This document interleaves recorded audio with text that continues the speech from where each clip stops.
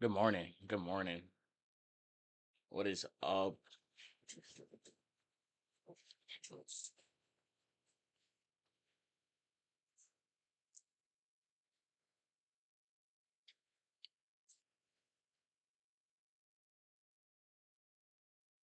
As you can see, today is Hot Takes Tuesday. So for a while, I'm gonna yap. I'm gonna give my hot takes. I'm gonna ask chat their hot takes, and then we got a couple of hot take videos to react to. I'm not sure exactly how long we'll go to. Probably to like somewhere between 1 and 2. So I'll probably have like a 3, 4 hour stream. But um, that being said, though, let's just try to have a good time.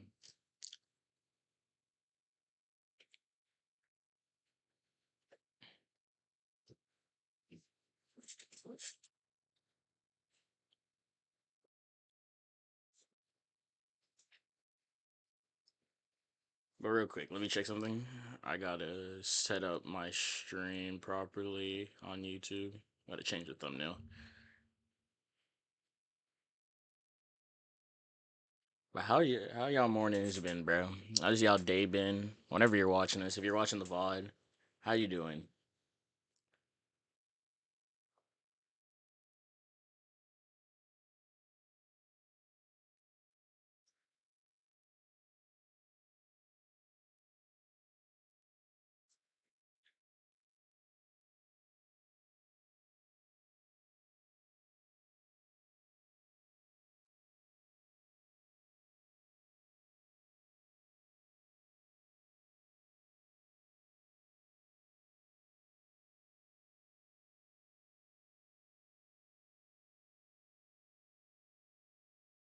Chill.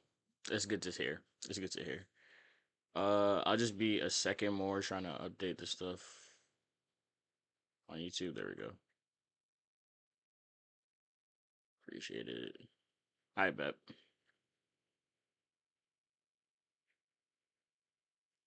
Okay. Okay. To start our long yap session of me just, you know, talking my ass off.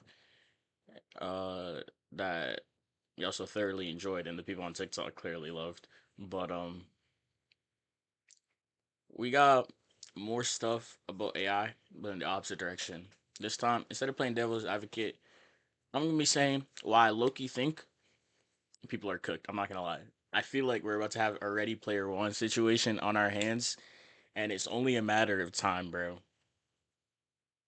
Like, I understand that people overreact to AI as it is now, and it's because of it's out of fear, right? And it's out of misunderstanding. But I promise you, they are worried on the wrong. They are worried about the wrong thing. The thing I'm scared of is people over relying on AI. That's the worry. But like, before I go a little bit more in depth, give me a second.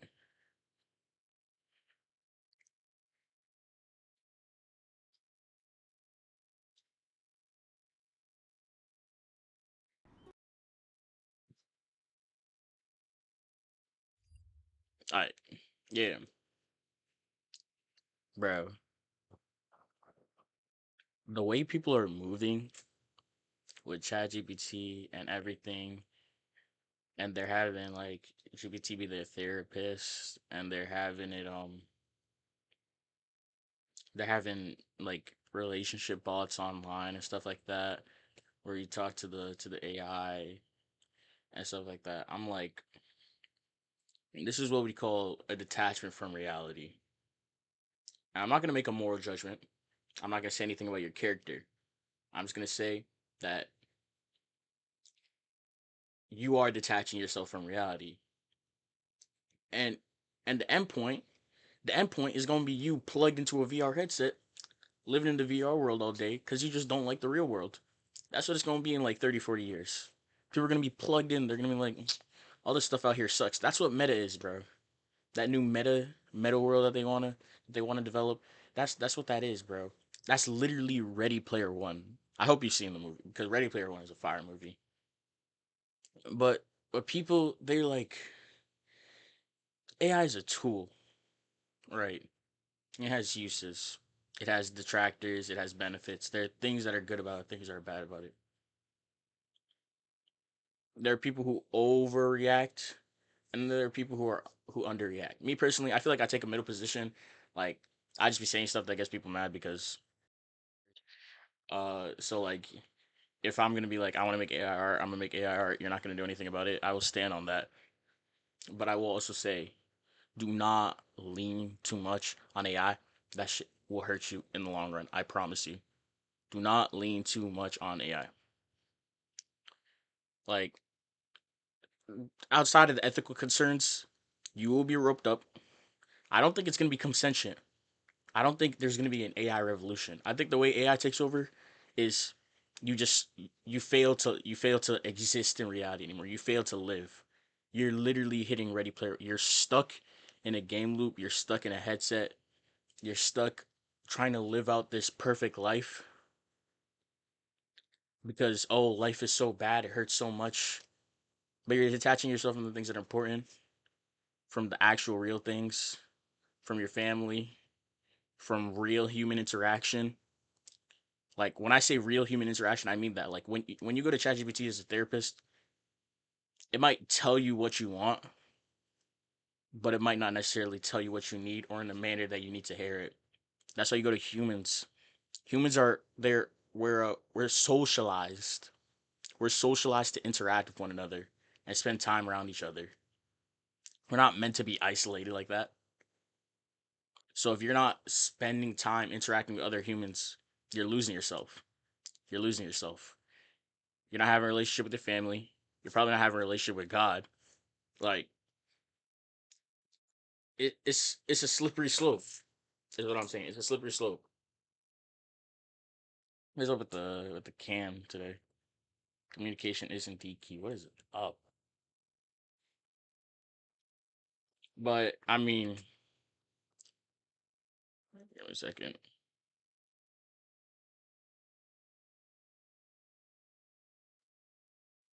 I see.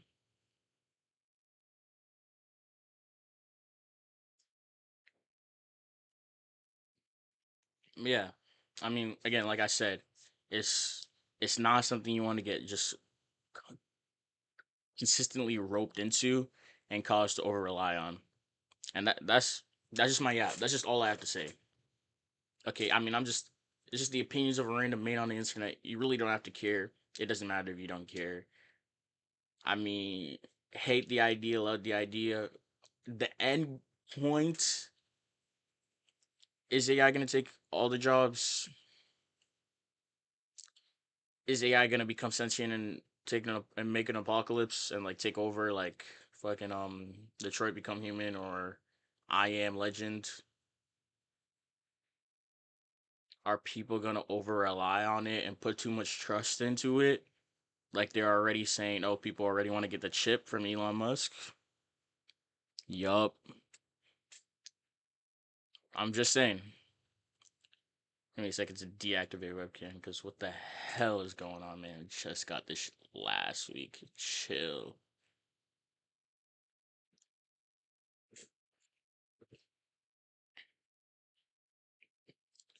But I mean, that's just me. That's just me. That's what I'm saying. Uh, let's see. I want to do maybe one or two more like just subjects to yap on before I really like just get back to reacting. Just to give us this time, you know, very intimate connection. Just me and you talking, yapping. Uh,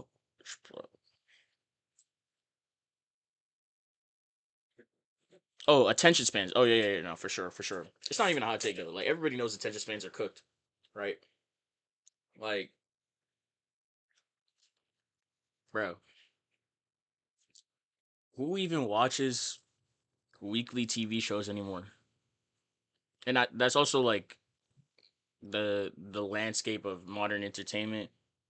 But we have been socialized to want quick form. We want to binge. We want to watch a video for a couple of seconds and move on. I feel like in a way that's even more dangerous than AI. Like there's this cognitive dissonance where if it takes any amount of effort to apply yourself into even watching something, you don't want to do that. And that translates poorly into every other area as well. Cause like if you can't even get through the beginning of a show, how are you gonna commit yourself to building up to your goals? Like if you want to get started in the gym and immediate you're not seeing immediate returns. You're scrolling on TikTok, you're like, oh no, first, second, not entertaining, next, not entertaining, not entertaining, not entertaining. You go to the gym for a week straight. You're like, I don't really feel stronger. You stop, start a job, or maybe you're looking for a job. You're like, it's kind of hard. Maybe I'll just be jobless. My bad for saying the job word, by the way, but like the attention span it spreads out. You know the amount of people I see who watch YouTube videos on two times, like genuinely. Like, are we serious? Are you that fried that to watch a video normally is too much for you? Like, you need to get all this information and process it immediately, and then you'll have the video on two times. You'll probably be doing something else because most people they be playing YouTube videos or shows in the background. You're splitting your focus, and again, like I was saying, it spreads out to a lot of stuff. It spreads out. It doesn't just stay with entertainment. You're gonna start applying it to other areas of your life, and then you become undisciplined, become unmotivated. Unmotivated, my bad. Uh, Slippery slope. It is a slippery slope.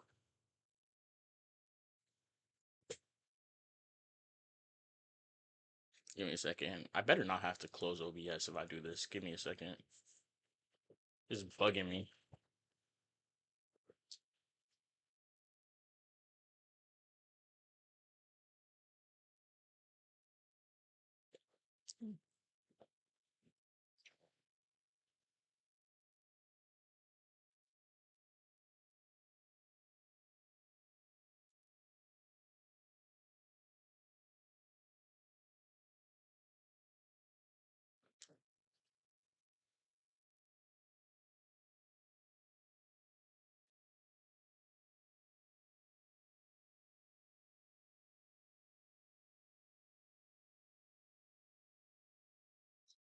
Yeah, and I know it's not my setup.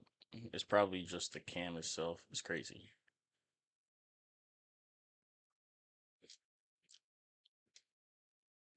70, $80 cam for what? But uh, I mean, regardless, people with attention spans are cooked. Attention deficit, yeah, yeah. Like most, I'm not gonna lie, a lot of people aren't going nowhere. Not like in a I'm looking down on you, you're not going anywhere sense. A lot of people are actively their own worst enemies, and therefore, where can they go? If you have yourself as the defender, how you gonna get past yourself? You got to think about it like that. Like imagine you're playing a football game, or you're playing soccer, you're playing basketball, and you're guarding you. You know all your moves, and so when you make yourself an enemy of yourself, what are you gonna do? You can't. You have to stop getting in your own way. Ooh, ooh. Okay, this last one, nah. This one's not. This last one, I like it. Now, give me a second.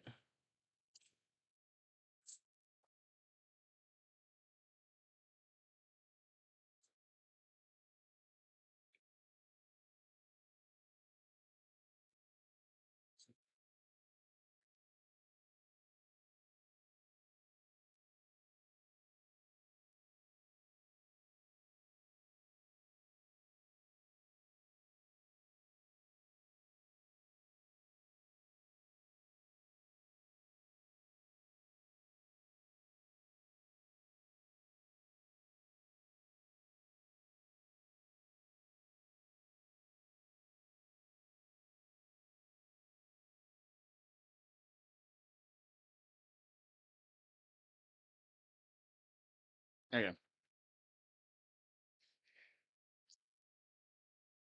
Let me try to get this fixed. Y'all give me a second.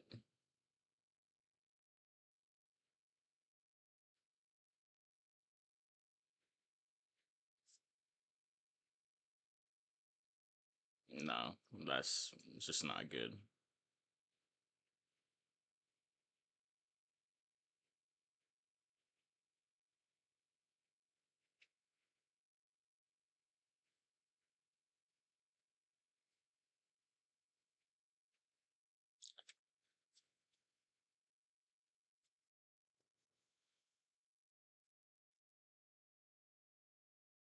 I don't hate this. But the resolution is a little low.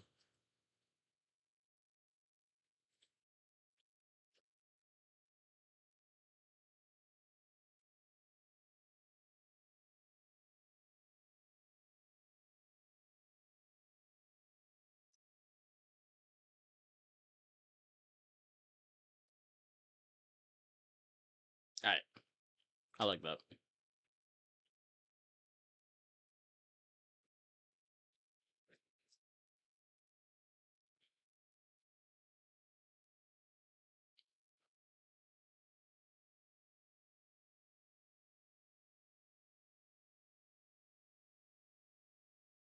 Mm.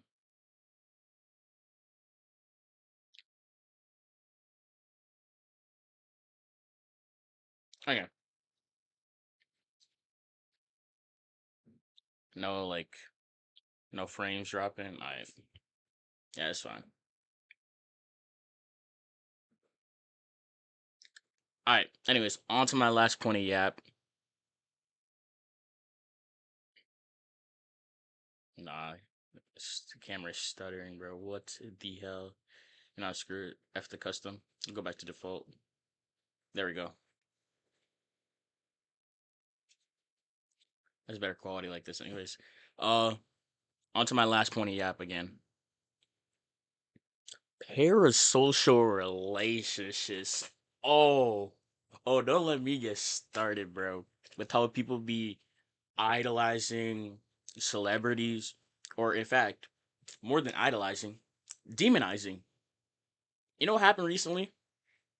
Corey Kenshin got canceled for some BS about his ex in the past. Give me a second, bro.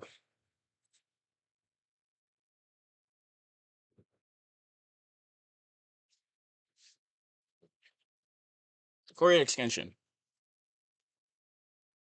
They were canceling. You know what everybody's talking about? They're like, I always knew you were off. I always knew there's something off about him. I always knew he was weird. No, you didn't. No, you didn't. Because why do you care? Why are you reading so much into the life of another man that you don't even personally know? Even on the internet. Even if you don't like his content, why are you reading so much into his actions? That's what people do, right? And then if the person, and this is applies to both sides. If this is a person who you follow, or you actively, like, you follow their journey, they're an actor, they make movies, they're a musician, they make music, and they do something dumb,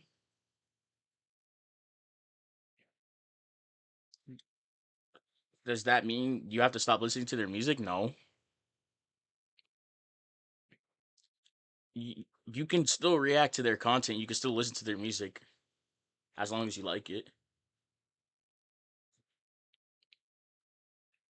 There are there are levels to this, right? And maybe I'm not being super clear because I feel like I'm just it's word vomit. But if Corey was actually an abusive ex, does that mean I'm gonna stop watching Spooky Scary Sunday videos? No, because as much as people like to read things into other people, I don't like. Okay, let's say he was abusive.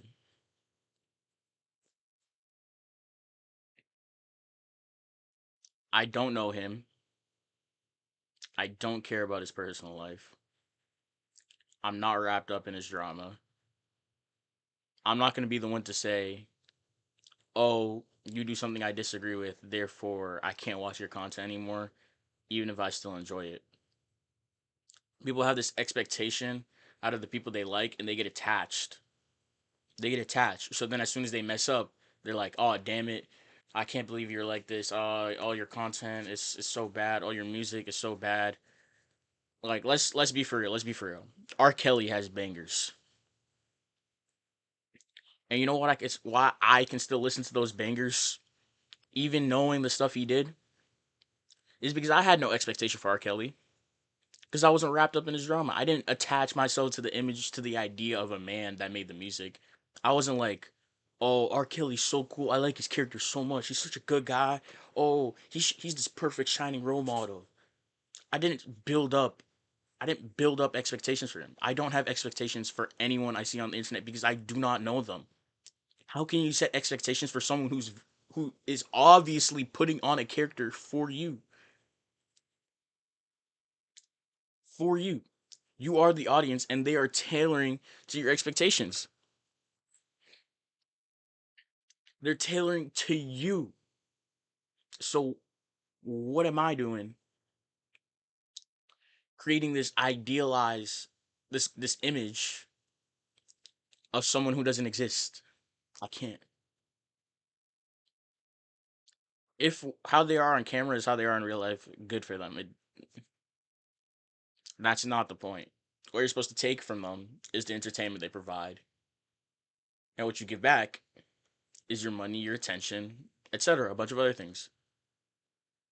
But not anywhere in that process should you be expecting something more from them, either personally, ethically, morally. If your favorite streamer doesn't donate to starving kids in Africa,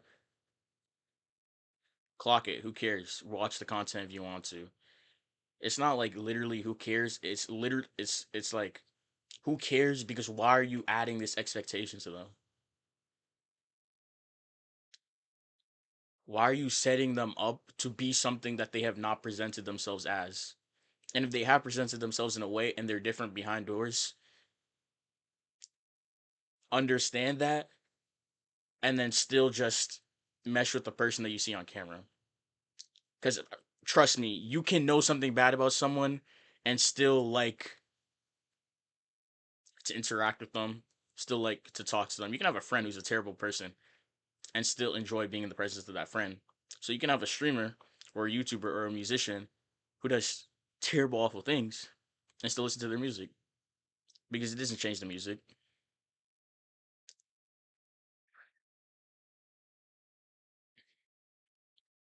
It doesn't. It really doesn't.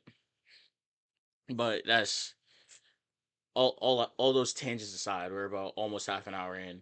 Let's actually start looking at some hot takes from other people. Okay, those are my hot takes to start off the stream. Uh, let's look at some hot takes from some other people.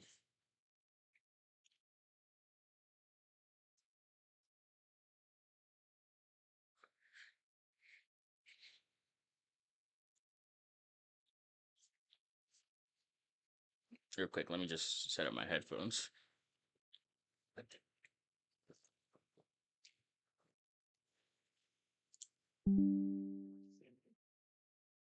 All right.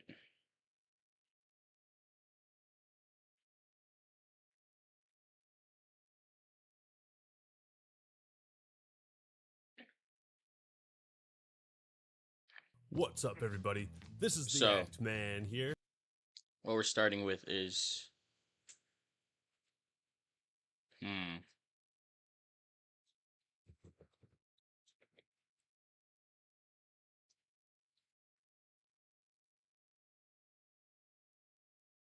Give me a second.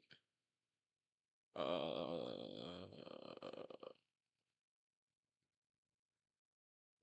what is happening? Oof.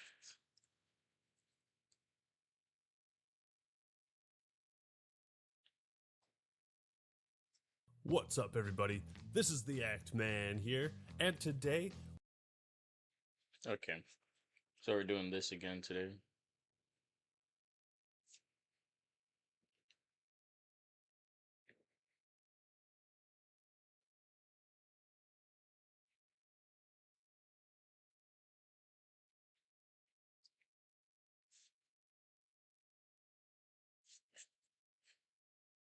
Is it gonna work now?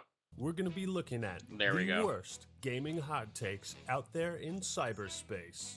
I've covered quite a few of these hot takes in the past. I'm sure you all remember the infamous extra credits video. There you are, playing the PvP in your World War II shooter, and all of a sudden, you're a Nazi. Anything from the war against video games. EA did nothing wrong. Man, there's a lot of bad takes out there. Why can't everyone just have better opinions like me? I've never had a hot take. Okay. But I figured instead of just focusing on one, we could open the door to the crap factory. There's a lot of Alright, low-hanging fruit. let's see what you and got, ladies and Ackman. Gentlemen, we're gonna pick it all. But before we jump into it, this video is sponsored by Display. Get your bread, Check my it out. guy. After the Black Ops Cold War trailer, man, was that divisive. And now, neo-Nazis, alt-righters, MAGAs are having a field day because a top-selling video game just put out an anti-communist, borderline fascist red pill for millions of people. And apparently it's pushing a far-right conspiracy, which, if you're excited for Black Ops Cold War, you're probably a fascist. Let's talk about some of the more common hot takes, like the whole video games are a waste of time. Okay, yeah.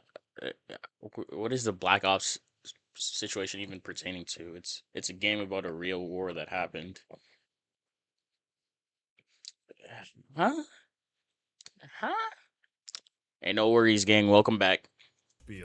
We've seen politicians spout this crap, and even Joe Rogan got some flack for his comments. Video games are a real problem. They're a real problem. You know why? Because they're fucking fun. Addictive. And you don't. Yeah. Well, I have a real problem with them. And you do them, and they're real exciting, but you don't get anywhere. But the bottom of the Okay, let's address that. Let's talk about that. Are video games bad? I don't think so. Video games are addicting. It depends on the kind of person you are. I feel like if you know you can get easily addicted to alcohol, you shouldn't drink alcohol because you're gonna end up impairing yourself. And if you know you get easily addicted to video games where you're not doing anything else but playing games, you probably shouldn't play games all day because again, there are other things, maybe your education, maybe your work that you should be addressing. But you're right, bro. Video games absolutely can help a lot of things. And as long as you can do it in moderation, there's nothing wrong with video games. People who say you get nothing out of it, they're lying. Entertainment is a part of life. You watch movies for fun. You do a bunch of things for fun. Video games aren't detached from that. You can't say you get nothing from them. There's a lot of stuff where you do it purely because it's fun. And that's the point. But sure, can it be addictive? I guess. barrel absolute worst version of this is right here. Video games are the absolute worst loser habit you could have. Video games make you a bottom tier subhuman. Yeah, this is just a Twitter motherfucker going off though. Like it doesn't mean nothing. You think you're restoring your humanity I take very little of what I see on X very seriously. in Dark Souls? Pff, nah, you're losing it. I will say though, Detroit Become Subhuman was one of my favorite games of the last few years. You dishonor your ancestors by playing video games. I don't think my great-grandfather gives a shit what I do. What's next? People are gonna say video games make you violent or racist or sexist? I'm hearing more and more people say the level of violence. Yeah, this has always been a dumb talking point. Video games make you more violent or racist or sexist.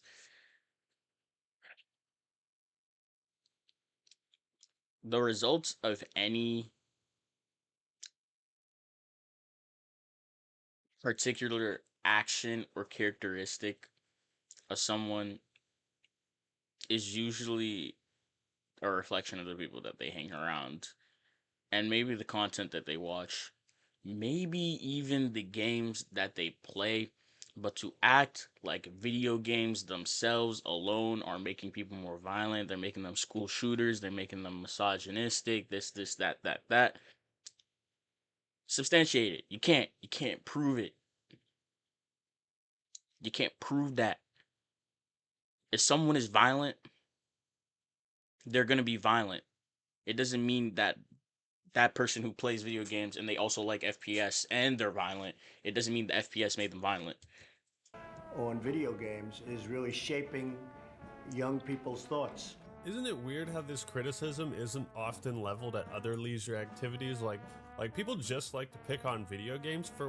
Exactly, bro. There's so many things people do. It's it's inconsistent, which is the issue with it.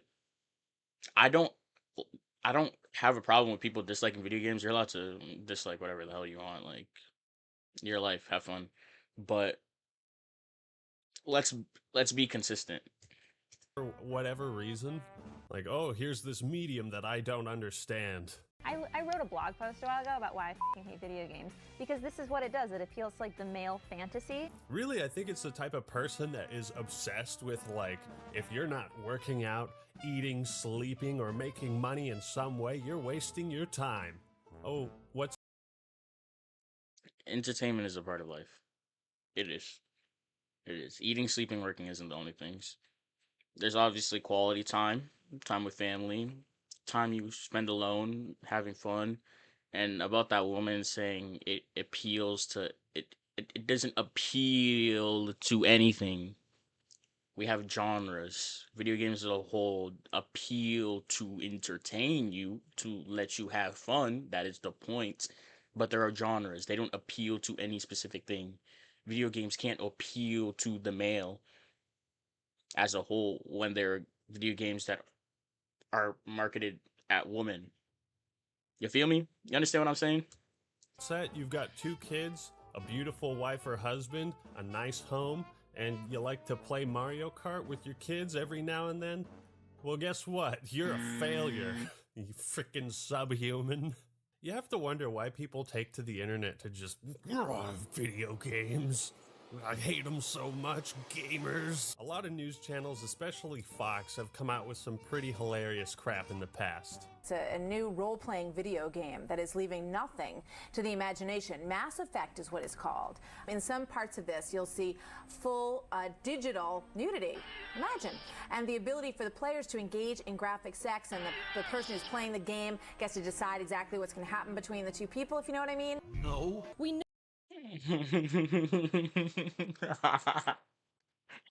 I ain't even got nothing to say. This is just funny. That all the research shows that violence has a desensitizing effect. Well, sexuality does too. It's fiction. It's fiction. We made it up. They don't show women as being valued for anything other than their sexuality. You're a liar! You're a liar! And it's a man in this game deciding how many women he wants to be with. All right, let's get Jeff in on this. All right, that's go ahead, Jeff. completely incorrect. You like how the dude on here is just like, that's incorrect? Brilliant idea for a news segment. Let's get one person who isn't familiar with the actual subject and another who is, and just let them go at it. Was their goal to make this lady look stupid? Yeah, it's completely incorrect. First of all, you can actually play as a man or a woman in the game. Cooper, have you ever played Mass Effect? No. Hooked. Dumb bitch. Hooked. You're coming to this news program with incorrect information. If you'd just done even the slightest bit of research, you would have known that. Ooh, here's a spicy one. Playing BioShock Infinite in the age of Trump is unsettling, but not for the obvious reasons. Come on, dog. America isn't perfect, but are you really suggesting that modern-day America is at all similar to Colombia? We don't have any flying cities. My husband and I bought our PS4 to escape 2017, but then the game I chose to play was BioShock Infinite in the first year of Donald Trump's America. That's no escape at all. So go play something else? Problem solved, no article necessary? But in trying to find my way through this gorgeous... There is one thing that is a pet peeve of mine, which I could say it's irrational. People who attach politics to everything. I mean, you're allowed to. Like, no one's stopping you. You can do what you want, but it's just it's like we're over here having fun, and you're talking about Donald Trump's America. Like, bro, I just wanted to play the new GTA. Like, what's going on, bro? Like, I don't know, man. Something about it. wrought Fantasyland, I learned two things very quickly that made it hard to forget the real world. One of the common threads in these hot takes is like people writing articles and being unable to separate themselves from reality. Like that's the point of a game or like a movie or TV show, is just to enjoy something.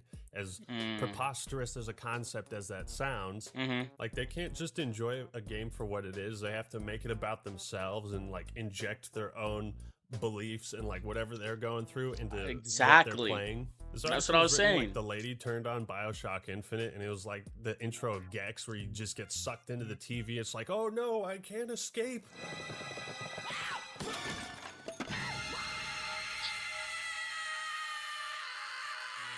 I can't escape 2017. Play a different game. BioShock Infinite made it possible for me to experience not just what it's like to be a straight white man, but what it's like to be Donald Trump. What you just said is one of the most insanely idiotic things I have ever heard. Everyone in this... Here's what I will say about this. This most definitely only reflects on like a small minority of the population that will actually say stuff like this. But you'll get people who see this and then suddenly get it in their minds and start agreeing with it. It's just, it's really the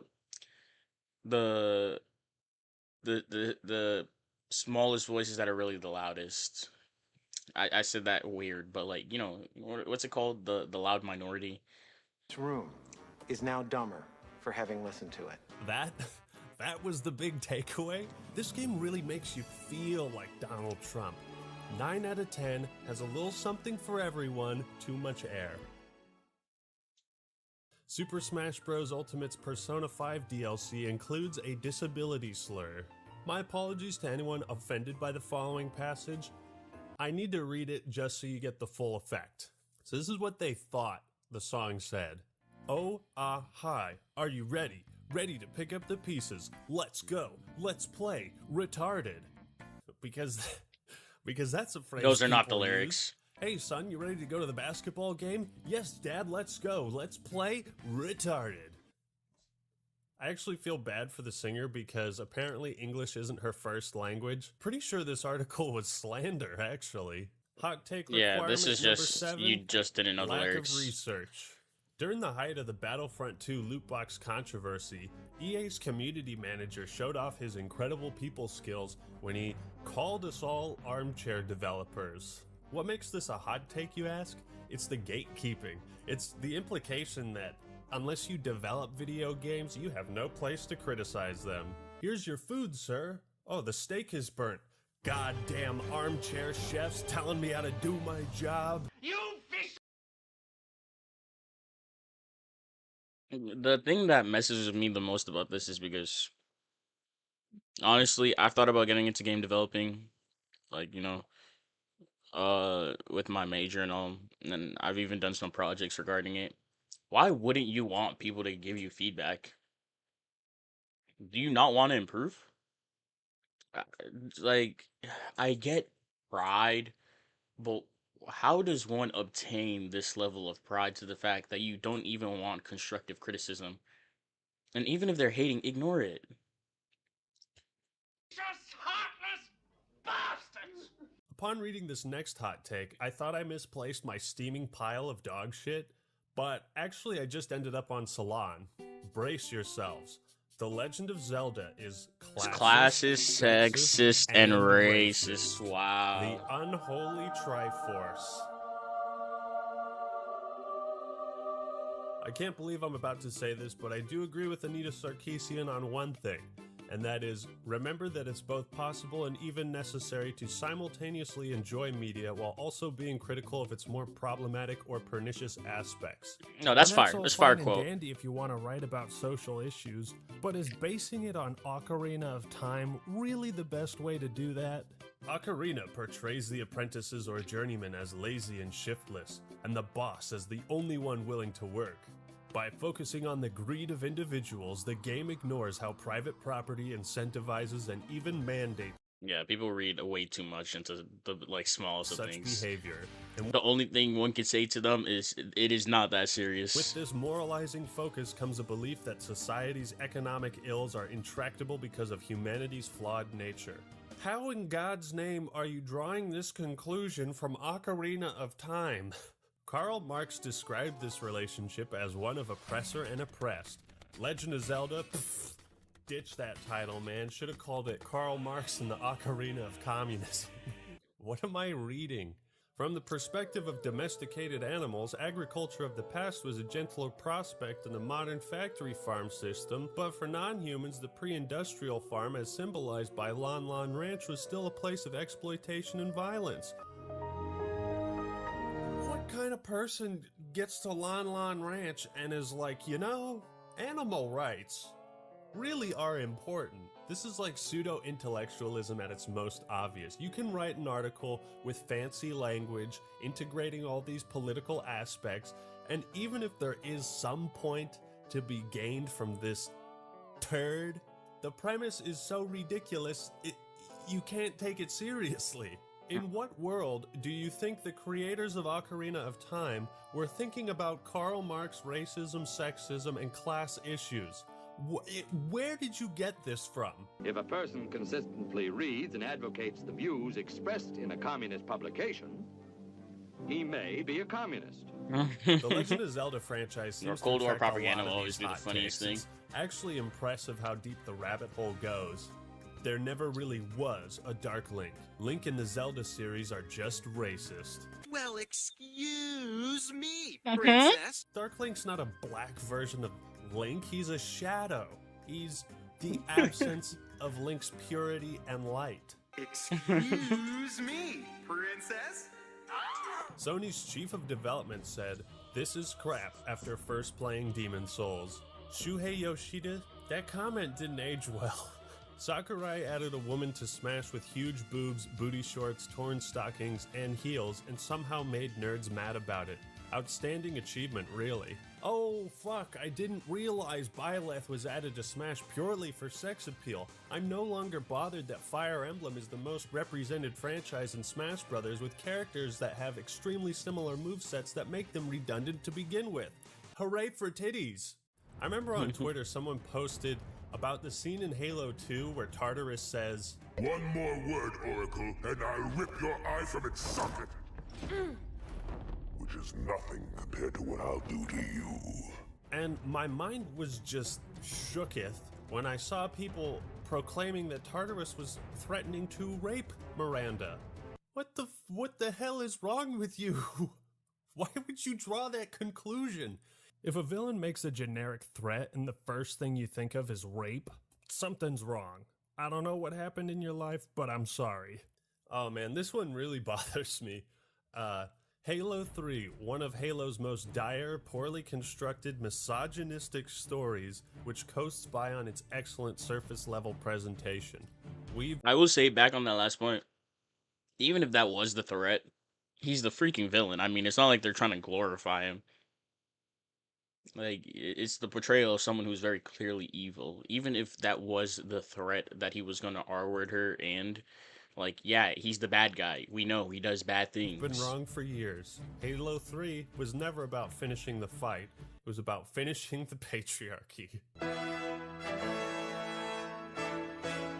In what dimension of insanity do you reside in where you think a story as innocuous and awesome as Halo 3 is misogynistic, that it's actually damaging to women and their rights? By playing Halo 3, you are a misogynist, or that the creators were misogynists when they wrote the story. Like, what is wrong with you, dude? PETA's vegan guy. Bro, God forbid a man just want to catch a vibe and kill people as Master Chief. Like, God forbid, bro. But if I play Halo 3, I'm misogynistic. Man. Guide to Animal Crossing New Horizons. God forbid, can a nigga just catch a vibe? Just to suffer every night. What they gotta say about Animal Crossing? Animal Crossing New Horizons. Why are we Is still here? fishing in Animal Crossing vegan? PETA, are we serious? Every night. I'm gonna eat twice the amount of animals I used to eat. Anytime seriously. PETA gets involved, you know it's PETA be going to pissing be me a off. cringe fest. The marketing team for this company has to be made up of just the most unlikable, friendless people on the planet. While you wait for Pokemon Sword and Shield, play PETA's parody, Pokemon Black and Blue. God of Gotta love the bloody outline and freedom chained up Pikachu. all. To the maniacal professor. This is an accurate depiction of Pokemon. I mean, if you really think about it, the concept of the games is a little messed up. You know, a bunch of young kids capturing creatures and then pitting them against each other in fight clubs for money. But it's a video game. It's not It real. is a video game. Not a Plus, single Pokemon is person fun. on the planet played Pokemon and was suddenly like, you know what? Fuck animals. I love animals. I love But PETA Pokemon. was at it again with their Animal Crossing promotion on TikTok. They stormed the museum like angels on a battlefield and demanded Blathers empty the tanks.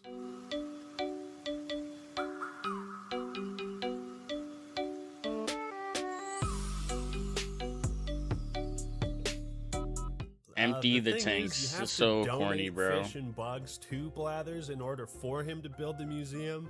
So members of PETA did that and then went into the museum to protest the animals that they donated to the museum. You what?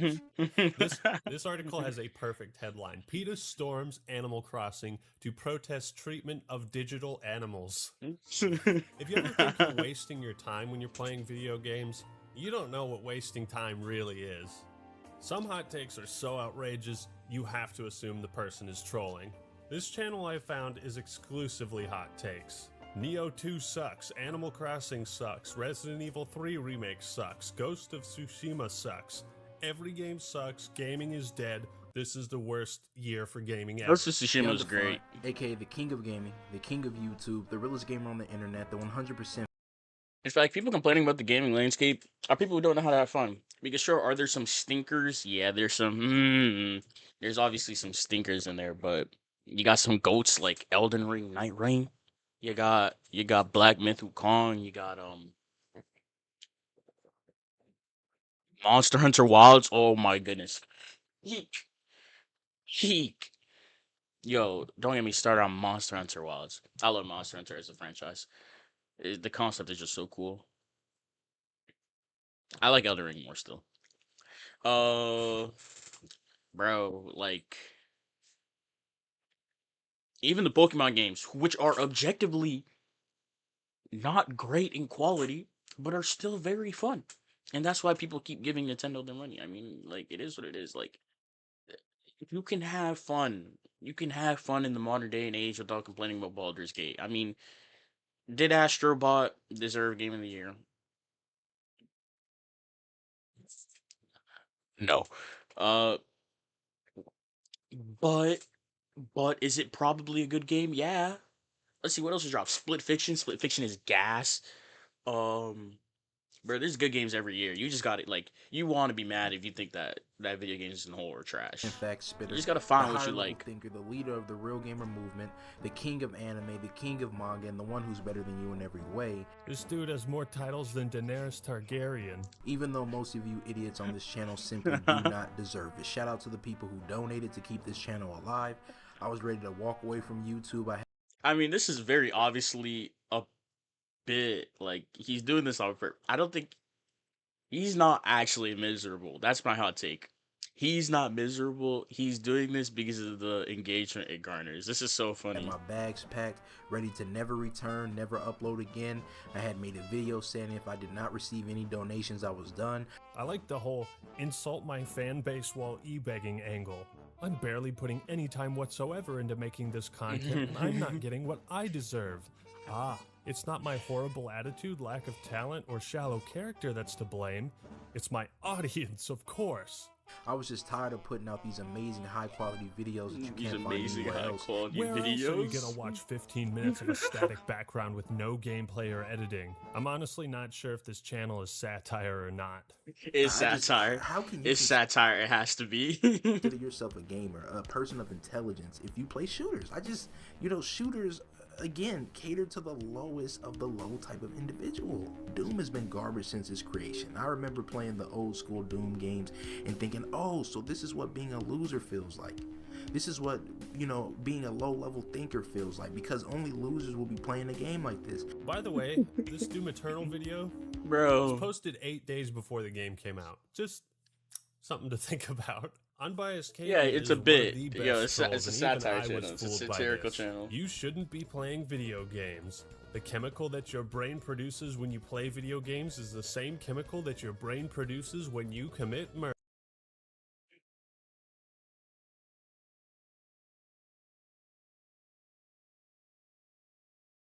Yeah, someone didn't pass high school science. Adrenaline is used for a lot of things. Murder. I fell for this. I thought this was real, but then you go to some of her other posts. This is clear satire. Men should not be allowed to play sports or participate in any activity that involves exercise. Oh man. This one actually just recently happened. Apparently people are... I mean, it's satire, but it doesn't mean it can't make you mad. Removing a police-themed nameplate. That's the point, I guess. It's rage bait. I know that police brutality is a sensitive subject, but that's kind of ridiculous to protest over. I also think it's stupid to remove imagery of police officers as if the concept of law enforcement is like inherently offensive. Yeah. Is anybody complaining about this in oblivion? I don't think so. Stop right there, criminal scum! A lot of hot takes tend to revolve around inclusivity and representation in video. Police as a whole are just enforcers of the law. The individuals are the people you should be mad at. Games. People are pissed when a white guy is the protagonist of a new Star Wars game. People are upset when a black guy is on the cover of a Battlefield game. Where does it end? You can't win. Both takes? Equally dumb. I just think it's incredibly unhealthy to obsess over skin color or demographics in a video game to the point where you just completely dismiss it. Like, we're at the inclusivity segment. Okay. Exactly like me? Well, it's not worth playing. That's such a closed-minded perspective. Obviously, we should celebrate diversity and include more unique perspectives, but it has to be done in a thoughtful way. Otherwise, it's just tokenism, Strong female protagonist. And no single piece of media is ever going to represent every person from every country and every background. Media is not a checklist, nor should any reasonable person expect it to. Rarely is the casting, race, and gender of characters an issue in storytelling, and never have I seen it be an issue in game mechanics. So you have to wonder, do people simply want diversity of skin color or diversity of thought? Again, I'll refer back to that Witcher 3 race controversy. You have a video game, an extremely popular video game, from a perspective hardly ever seen in video games aside from World War II games. Poland. But, too many white people. How problematic. I think you're doing yourself a disservice by trying to create this paradigm, this American paradigm, and apply it to every type of media from every country in person, as if representation is that simple. There is no unified standard. Game is set in Africa, oh no, it has black zombies, racism. Game is set in New Orleans, also has black zombies, oh no, racism. It's what next? Are we going to complain that Sekiro Shadows Die Twice has too many Japanese people in it? People pick and choose. That's what you can't give too much stock into opinions like this, because people very clearly already go into it with a bias, and they don't actually they're not consistent with their ideas. It's weird, man. Some games should strive to be inclusive, and others don't really need to be. Dragon Age, Mass Effect, KOTOR are awesome because they give characters choices. You can choose who you romance, what you look like, male or female. And Cyberpunk 2077 seems to be going down that road too. Exactly, yo, just add character customization into every game. It's so fun. I'd be spending 30 minutes just on my character. So let's celebrate these games and what they've done, rather than try to take what they've done and apply it to everything else. I guess the big takeaway. And in fact, before he even ends it, here's what I have one last thing to say about the character customization, because I know someone's going to bring it up. If you are mad that there is not a non-binary, etc. option for your character customization, maybe don't play the game. I feel like you're just gonna offend yourself as you play the game. And if you're mad that there is a non-binary blah blah blah option, don't overthink it. Don't overthink it. Just play the game. Just play, or again, don't. Maybe it's not for you. It does. If the game is good, the game is good. Like nobody's holding the gun to your head telling you have to make your character non-binary. Just make your character what you want, bro. Like let's leave our expectations of how everyone should act. Let's leave it at the door, and let's have fun. Let's focus on ourselves, okay?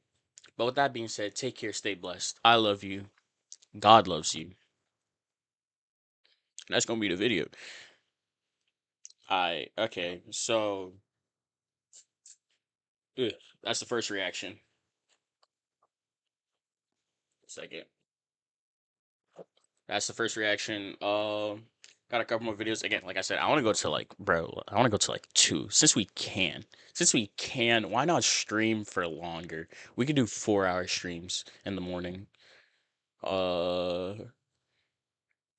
Yeah, let's just go immediately on to the next one. I have 3 videos queued, but they're not gonna like last the full amount of time, so we'll just find more videos later on. So let's look at some TikTok hot takes. Today we're going to be attempting to not get cancelled by watching Yes, sir. TikTok hot takes. 4-hour streams. There we go. Which is see, the people want it. Just putting me at risk of being cancelled. So why am I doing it? Here's a hot take: no one likes matcha. Everyone's lying. If it was No one likes matcha. Yeah, I believe that. I hate matcha with my entire being. I dislike matcha. It tastes bad. It makes your breath feel bad. Like I don't get the hype.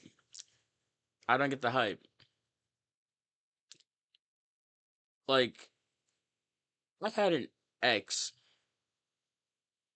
who was lactose intolerant and also sometimes would dislike the matcha that she got, and she would still continue to drink it. I don't understand. Is the need for performativity so like innate that we go out of our way to make ourselves suffer over something like matcha? Just get some hot chocolate, okay? Get some coffee, get a refresher.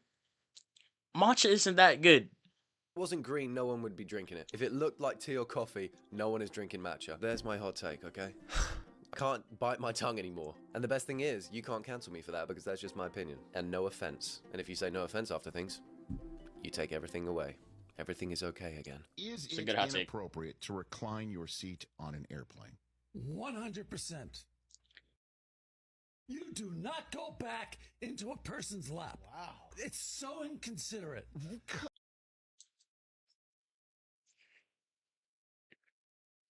The problem is, it reflects more on the plane.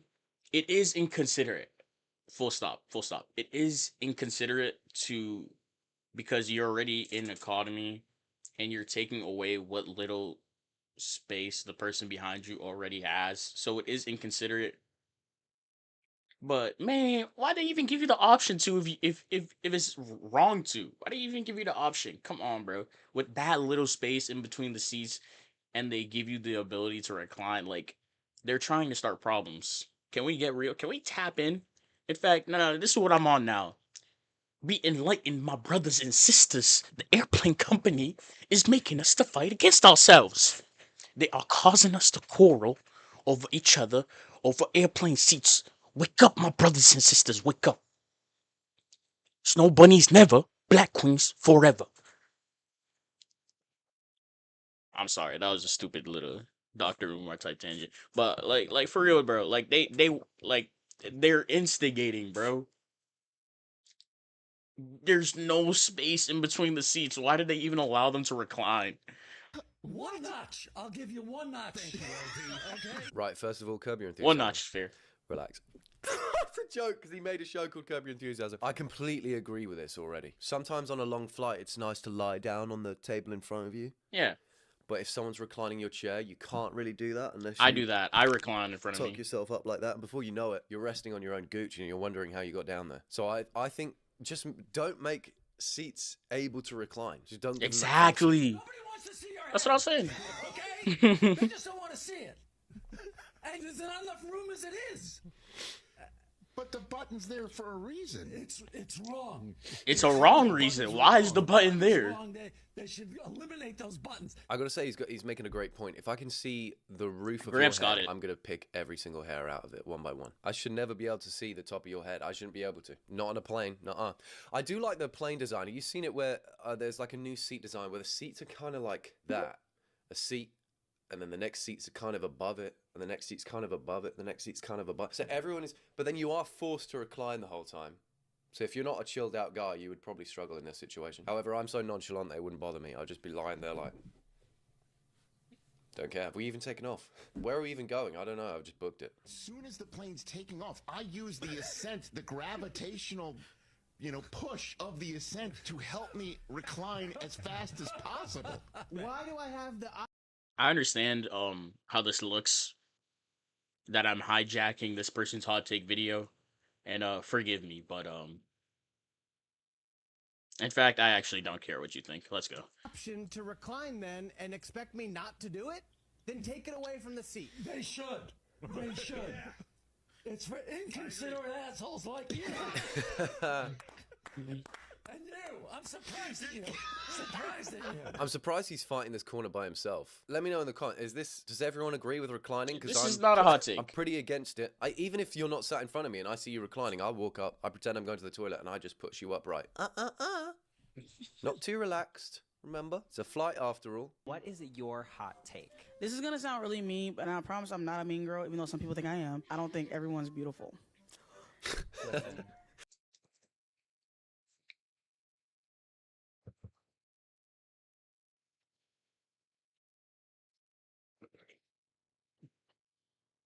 Okay. Okay, here's what I will say. Here's what I will say. Yes, you are not going to be attracted to everyone, appearance-wise. But let's slow our roll. Let's be nice.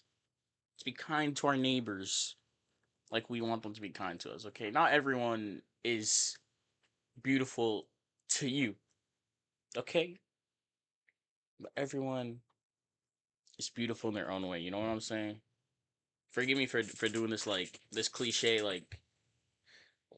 lovey-dovey BS, but look, everyone's got something. And even if their appearance doesn't stand out to you, it's okay.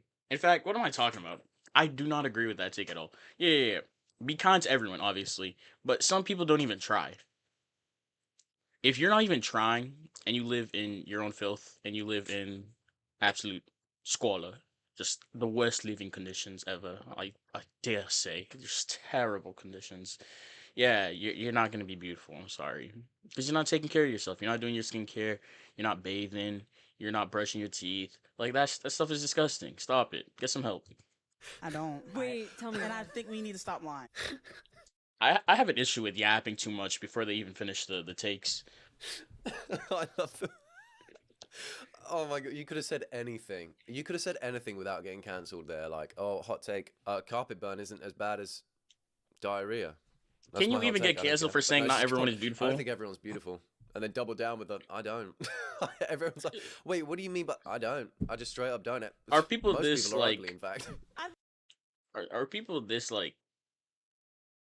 detached from reality that they genuinely think that everyone... What about the person who doesn't try? What about the person who doesn't take care of themselves, who has no hygiene?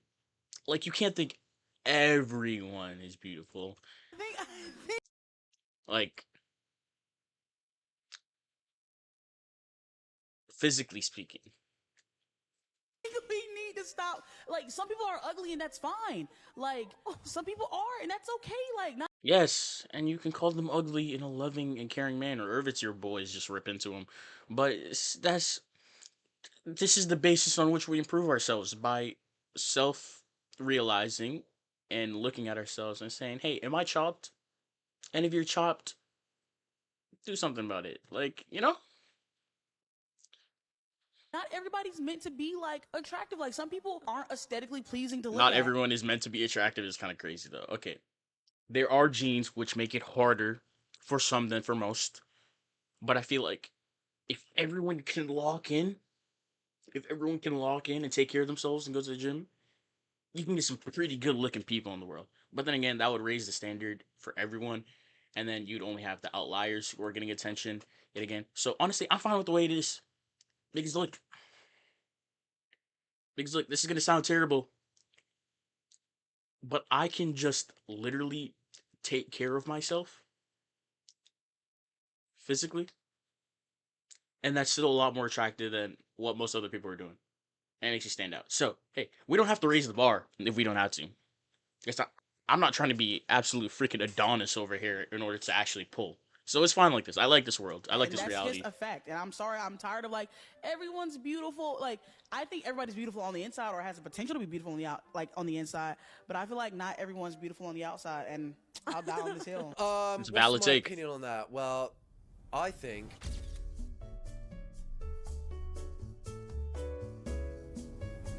so. Ew, his editor likes matcha. Ugh. This may be a hot take, but I think you have to shower before and after you get into a bath because Here's a hot take. We shouldn't be doing podcasts in the bath. We're gonna get UTIs if we're not careful. Yo, who is this guy, bro? You have to shower before and after the bath? I have no comment. I don't really take baths. I only shower, but huh? If you drop the mic, is she dead? If she drops the mic, or is it just toasters that do that? Someone an expert in toastery. If you can let me know immediately, that'd be nice. And on the point of She the drops hot the mic, she's take, fine. you need to shower before and after. Do you? Let me ask you a question. Do you wash your hands before and after you wash your hands? No, I didn't think so. It's a weird. I get showering afterwards because really you're just in. For me, I don't like heat, so I'm just in the bath sweating, and I get out sweating somehow. I don't know. I'm drying my body, and it's just producing more wetness, and I'm like, oh, it's one of those pranks. Where are you? Where someone's with a spray bottle? Use But no, cold it's just water. me. It's my Take a cold sweat bath. glands doing it. And so showering afterwards, I get. But showering before, why would you shower before? Is a bath just for enjoyment then, not to clean yourself? you don't shower before, you're taking in all that filth and you're marinating in it.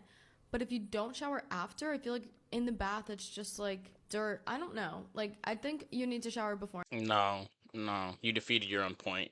Because if you don't shower before and you're marinating in it, that would imply that showering before would mean that you're no longer marinating in dirt, which means you're fine after the bath. This makes no sense. If you are already clean entering the bath, then there is nothing left in the bath that would make you dirty, okay? Let's full stop, let's think. Okay? You're good. You don't have to shower before and after. I think showering before isn't even a bad idea, though, if you want to take a bath, because it is kind of a little weird if you're just sitting in your own filth. But just shower before. What is it? Shower before and after, huh? That's my argument with that. I think it's a funny thought that is she in the bath with someone, or is she just in the bath talking to us, or is she in a hot sink and she's just small? Is there another person there? Because no one replied. This is a banana. This is the top. No, it the fuck it ain't a banana. It's a banana. The bottom. Technically, that's actually the opposite, but okay, go ahead. Already you've pissed The me top off. is the hard part. I'll ask the questions. Yeah. Top is to the hard bottom. part. Yep. Where do you open this thing? At the top. Traditionally. Where do you open it? Oh, right in the fucking middle. I'll just Nah, rip it that's open sick. from the middle and eat both Sick. ends down to the button mouth. It depends on my mood, honestly. If I'm in the mood for like I'm reckless, I gotta go quick, I don't care. I open it from the stem. This thing. Yes. Okay. But I've learned that monkeys open it the opposite way, and there's none of those stringy things that everyone hates in there. Cool. Let me ask you a question. You a monkey? I know. Stringy things that everyone hates. I know what he's talking about, but people hate it.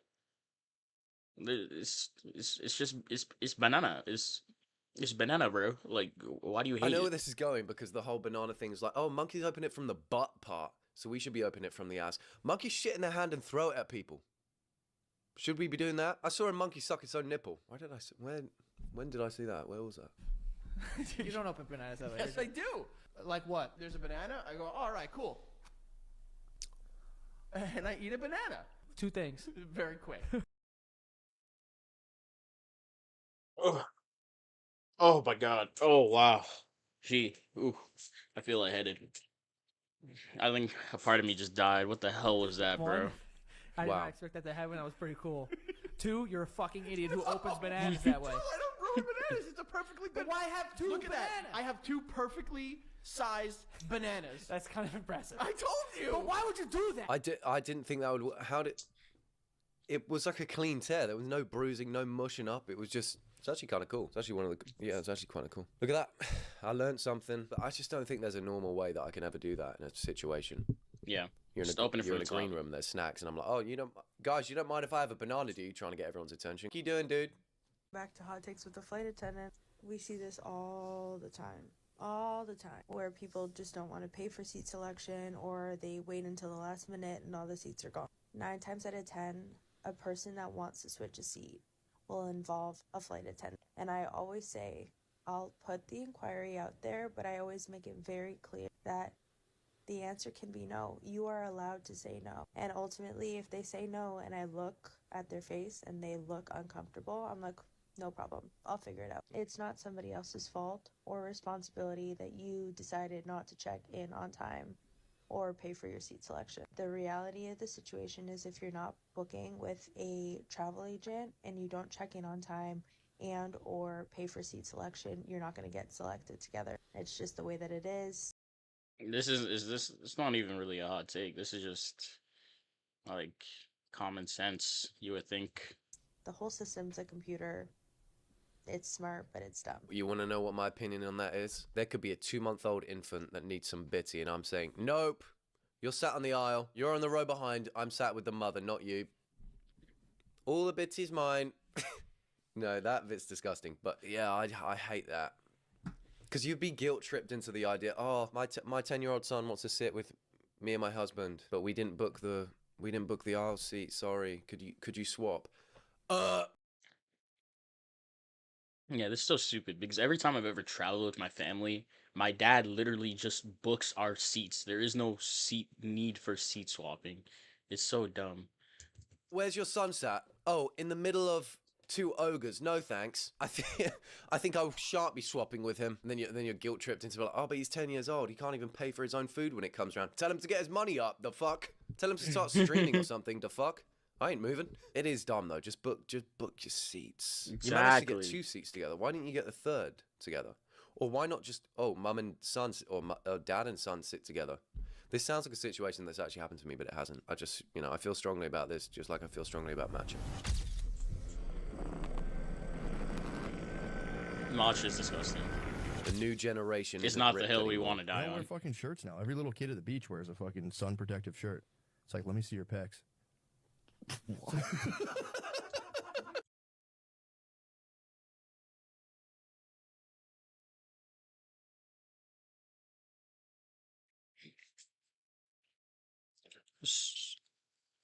Sir, the FBI would like to have a word with you.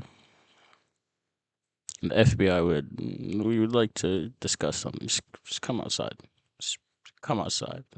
Nigga, huh? Let me see your pecs. And he's talking about kids? Oh. Okay, we got to keep this guy away from the beach, I think. No, yeah, seriously. What is the hot take there? Trying to see little kids. It's not even a hot... Exactly. Bro. Huh? It's pecs or the fact that kids aren't ripped anymore. Which one's the hot?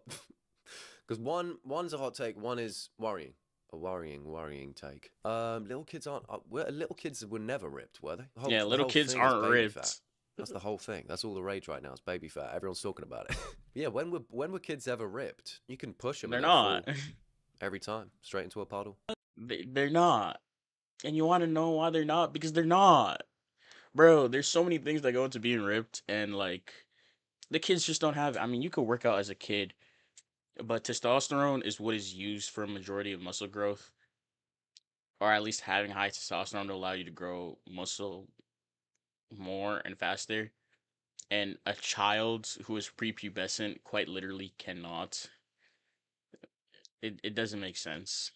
Does pineapple belong on pizza? Shut up. Yes. Debate ended. I had a Hawaiian pizza the other day. I think it's delicious. Shoot me in the penis. I don't care. Some people are putting strawberries. Worry about the people putting strawberries and bananas on pizzas now. I don't care about what you're putting on your pizza, but don't ever bring a pineapple on pizza around me. Otherwise, I will slap you, silly. I'm not even I joking. looked on the menu the other day. They got a peanut butter pizza or something. Keep them away from dough, please, at all costs. I will absolutely Hawaiian's fine, though. Yes, violate but only you on if you shitty bring pizza. a pineapple If it's pizza on actually me. a great pizza, no, you should by no means put pineapple on that pizza. But on shitty pizza, if you do it the right way, it's fire. That's actually a great point, by the way, because if you on a shit pizza like you're eating, and when I say shit, I think he means like American style, like Domino. There's, ugh. I don't.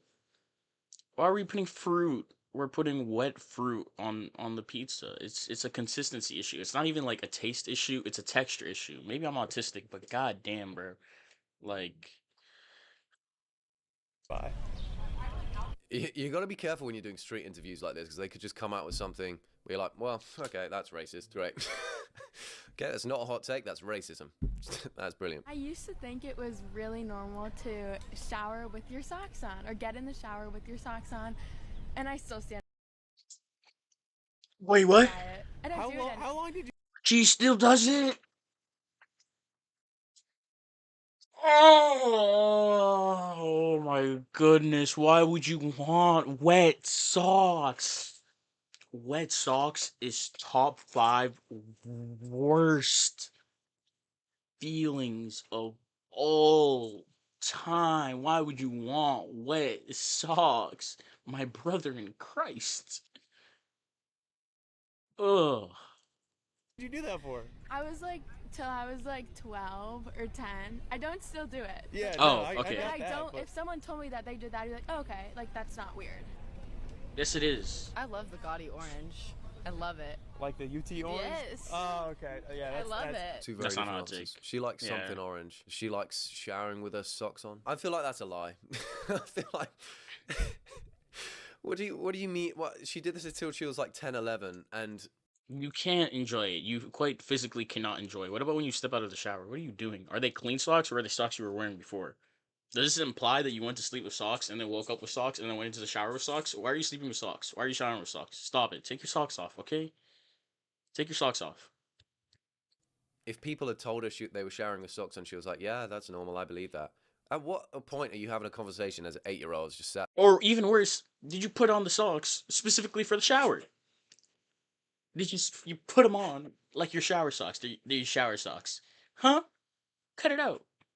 They're like, so, how was your shower this morning? Well, it's good, my socks, obviously they're still wet from it. And you're like, yeah, of course, normal. Of course, yes, so am I. When would you... I don't think your parents would let you go in there with your socks on. Ooh, that brings me to a funny point. The tops of my feet are allergic to the sun. Oh, just when you thought I couldn't get any cooler. That's right. UV radiation makes them come out in a rash. So I have to wear socks at the beach now. It's only a recent thing. It only happened the last 2 years. What's happening to me? I don't know. Becoming old and stupid. Interesting story, bro. What the hell? Yo, oh my goodness. What is he yapping about? Do you know who the fuck you're talking to right now? I'm just sorry. Do you know who the fuck you're talking to Mate, right now? all it is, right? If you say all it is stacking shelves. No. Retail for me isn't difficult. Retail workers just can't handle people. Right. A lot of people who work. Never worked retail, got no opinion on this. Obviously, Got no unless it's opinion on people this. like you who's worked it for fucking nearly 10 years. Most of them. Here's what I will say. Here's what I will say. I know some annoying people. I'm not gonna blame the retail worker if they can't handle the literal worst person on earth, because there are a lot of annoying people, okay? That's not a skill issue for the retail worker. People are low-key frustrating to be around sometimes. Like, I can't say I agree with bro in the red cap. Have not had the life experience to handle everyday people. No. Especially Karens. The job is everyday people. Every day. If I ever meet a Karen, retail or not, I will punch her. I do not care. Why? Why are you involving yourself in my life to this extent? Leave me alone. I don't know you. I don't need to get to know you better. Stay away from me. People who work the job make it harder than it needs to be. So I'll say one word to you. I'll actually say 2 words. 2 words. Christmas time. See? I'll give you that. Just goes back on his thing. See? I'll give you that. You win. You were right all along. I actually worked in retail for over a year before I started doing YouTube. But I wasn't really on the shop floor as such. Although I kind of was. I guess I was all over the place, really. I guess I ran that place in many ways. No, I was in operations, which meant, oh, in it comes, lorry driver, off it comes, yeah, go on your way, son. That's how that. Laddish behaviour, as you can imagine from me, with the lorry man coming in, and then I'm like, oh, then I'm talking, then I'm putting stock out on the floor, customer comes over, oh, where'd you keep the mussels? Not yours. And I go, stop it, darling, it's over here, aisle 13, let me take you there, sweetheart. And in all honesty, I don't think it was hard. I'm trying to think where I stand. The work isn't a pain because it's hard. I feel like most people who do work, even in like complicated fields like STEM, they don't hate their work because it's hard. They hate it because they don't like what they're doing, or they don't like who they have to interact with. I feel like it's rarely ever about the difficulty. On this situation, I think it was fine. And I did a lot of heavy lifting as well out the back. That was just a brag. That was just a brag that I threw in there for no reason. And even then, I mean, dealing with the customers is probably the hardest. It is probably the hardest part. Because some people can be really difficult. But even then, it's like, if they're being that difficult, you can actually walk off. I've figured out. All right, I'll walk down a massive hole, and then they'll fall down the massive hole as well. And only I can climb out of it. Because it's my hole. I know its ins and outs. Be at a shop for 6 a.m. Yeah. You find out that you've had a massive delivery. You can't leave until that delivery's done. Heavy boxes, heavy stuff. The shop then opens, you've got to walk around people, you've got to work tills and stuff like that. You don't think that's difficult? I've been in that exact situation, actually. I mean, it's hard, but I don't know what we're determining as. Yeah, there's nothing. I mean, there's like nothing left here. Retail isn't. It's not particularly. It doesn't seem particularly hard. I should say. It's not. It doesn't seem. But people are annoying, so I understand frustration. Okay. It's not that retail is hell. It is that people make it hell. There we go. See? There we go. End of point. Responding to a text message. Yeah. I still feel guilt to not respond, but I want there to be something where we can shift it and just be like, a no response is okay. I love that as an option. Thank you.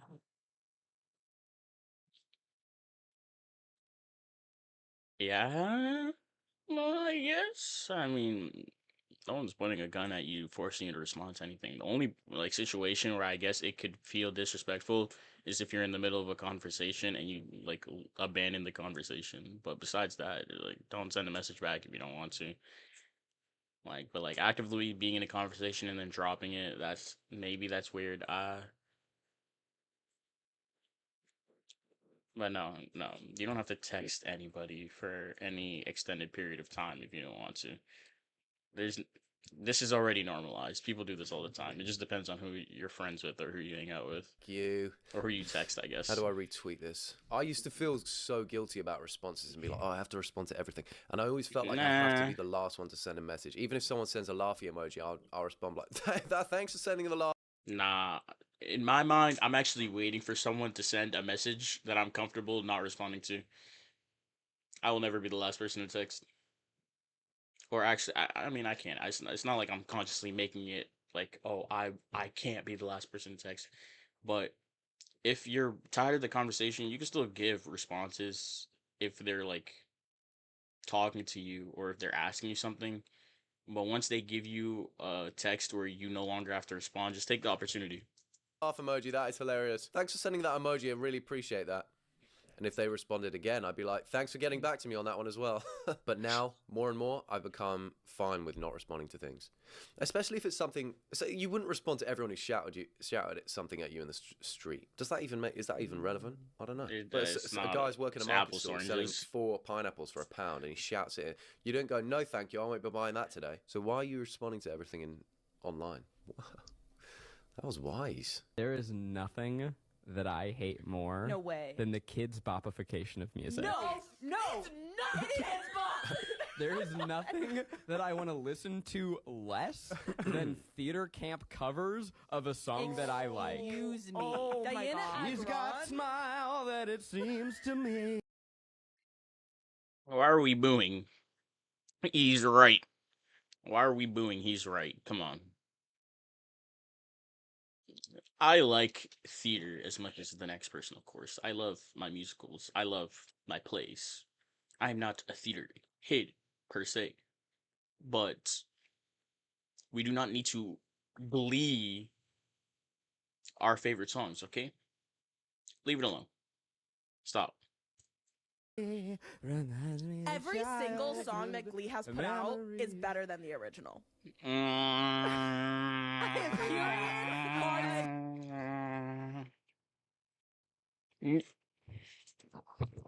Name 5.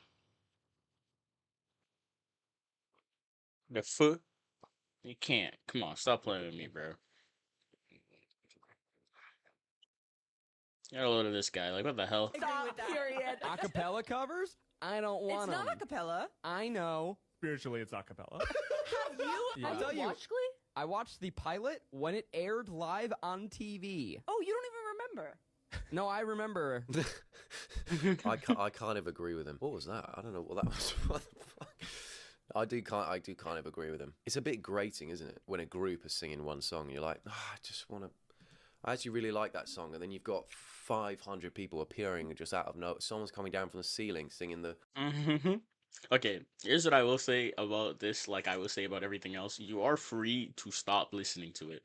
So I'll level that criticism at myself, and I'll say, okay, just turn it off. But I will also say, you're wasting your time, because this is very clearly not a better product than the original. Low notes. I'm like, get the fuck back up there. You don't need low notes in this song. Where's Adele? Adele can do it by herself. Why there's 600 school kids running at me right now? Go. You're not even doing your homework, and you got time to do this shit. It's like the Irish primary school. Acapella is hit or miss, bro. So viral. Acapella is hit or miss. Like, acapella is good, but I feel like instruments, like music sound, it helps reinforce it. It enforces the message. You know what I'm saying? I kind of... A part of me was singing that every now and then, but I was annoyed at myself for singing it, so I guess that shows you where I stand on the situation. In my core, I'm like, don't you... Get out of my head. So I'm bobbing my head already.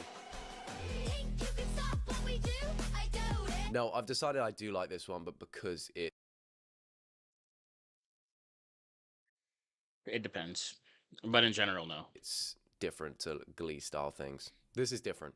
These guys are standing on business. They got the Irish accent, sounds cool, and the song's kind of cool. Whereas if you've got a cover of a song and it's just, like I said, 500 American school kids coming at you, I'm like, okay, bring out Leona Lewis. I want to hear the original. Think you can stop what we do? I doubt it. Pretzel is my favorite chip. It's always been my favorite chip. A pretzel's not even a chip. I've seen these guys. Pretzels are pretzels, man. Pretzels are their own categories. They're not chips. A pretzel is 100% a cracker. It is not a chip. I feel like you just like to debate. Oh, no. Pretzel ain't even a cracker, bro. Pretzel's a pretzel. I feel like you say stupid shit. How is a pretzel not a chip, Mrs. Claus? How is a pretzel a chip? I feel like you could say a pretzel is a cracker, but you could say it's a chip. It's not even close to a chip. Does that even, like, make sense to you? A pretzel's a chip? I was about to start busting out the Yoruba, but, yo, let me chill. Not trying to have my Nigerian roots come out too strongly on stream. Have you ever gotten one of those big family packs of assorted chips? It's got Cheetos. Oh, shut up and answer. You ever got one of those big boxes that says Doritos, Cheetos, Lay's? What's always the last one to go? The rolled gold pretzels. The pretzels. Guess what's in the chip bag? It's not even made from the same shit that chips are made of. Flawed argument. And I'm going to say, yeah, you know what? A pretzel's its own category. A pretzel's a pretzel. But at the same... My goat! My goat! Oh. I go, thank you. Yo, this guy got it, bro. This guy got sense. Pretzels are pretzels, man. Time, you can say, oh, a crisp is a crisp, but then some crisps are made from potatoes, some are made from corn, some are made from... A crisp is a crisp. Yeah, you lost me at the terrible British translations. British translations. But... because some taste like that. I like They're all that. made from different things, but then everyone's like, oh, it's just a potato. It's a potato crisp. No, it's not. There's no potato in that. And then I get really angry at the family funeral, and everyone's like, calm down, calm down. It's just a spread. I'm like, well, why the crisps? Family funeral? Why the crisps with the Wotsits? When the Wotsits is corn stuff in my mouth, but then... Chips aren't bread. I didn't work as a chip. Different thing is flawed, but then why is it a pretzel a pretzel? What's the base of a pretzel and what's the base of a chip? Chips aren't made of dough, dumbass. So chips aren't bread? I didn't work at the chip factory, dumbass. I don't know. You just said chips aren't bread. I don't know. I'm They're asking not you a bread. question. What are they? Dumbass. What are they? Chips. You don't know. Go to Auntie Anne's and look at it make it, That's bitch. different. Fluffy pretzels is different from a chip pretzel. Hey, if they leave it in the oven for 6 hours, it's gonna get hard. No. Just like rolled No, gold. I'm talking about the little ones. The little ones with the salt on them. No. What do chips come in? A bag. It wouldn't be in there if it wasn't a chip. You should just put yogurt in.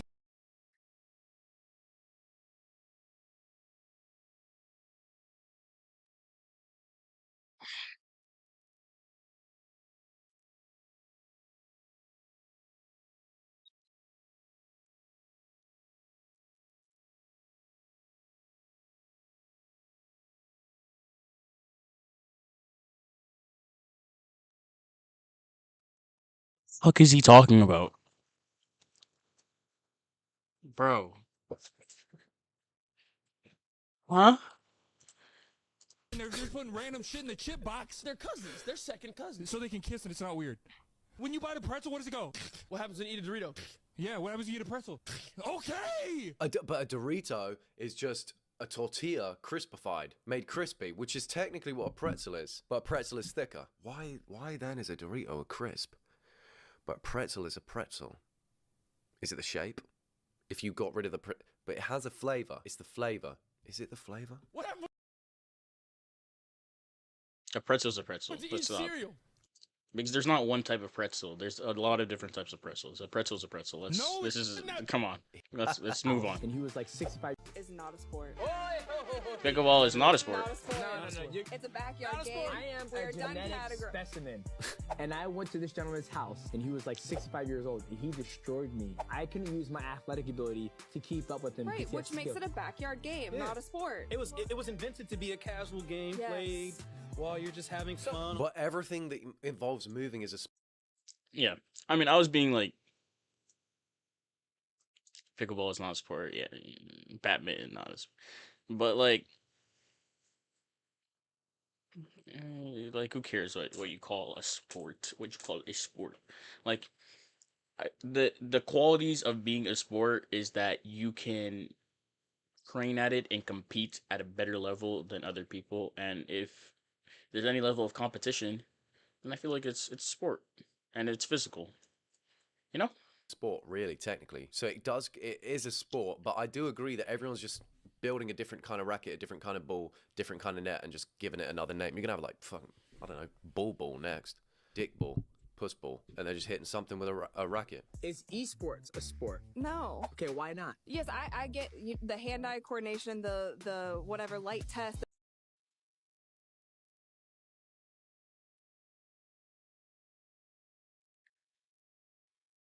Okay. By the very, they call it esports,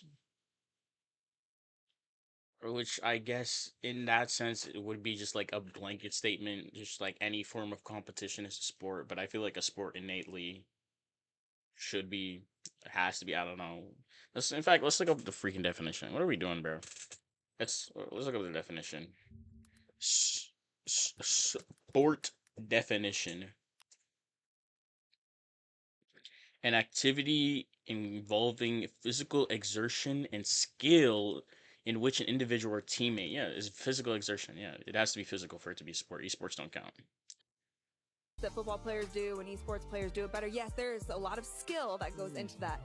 it's not a sport to me. Let us know in the comments. It's just not a sport, period. Doesn't follow the definition. Should be considered a sport or a backyard game. The esport thing I agree more with. I'd argue that's more. It's just like I don't know what you'd call it though if you don't call it a sport. It's like it's a competition. That's all it is. It's a competition.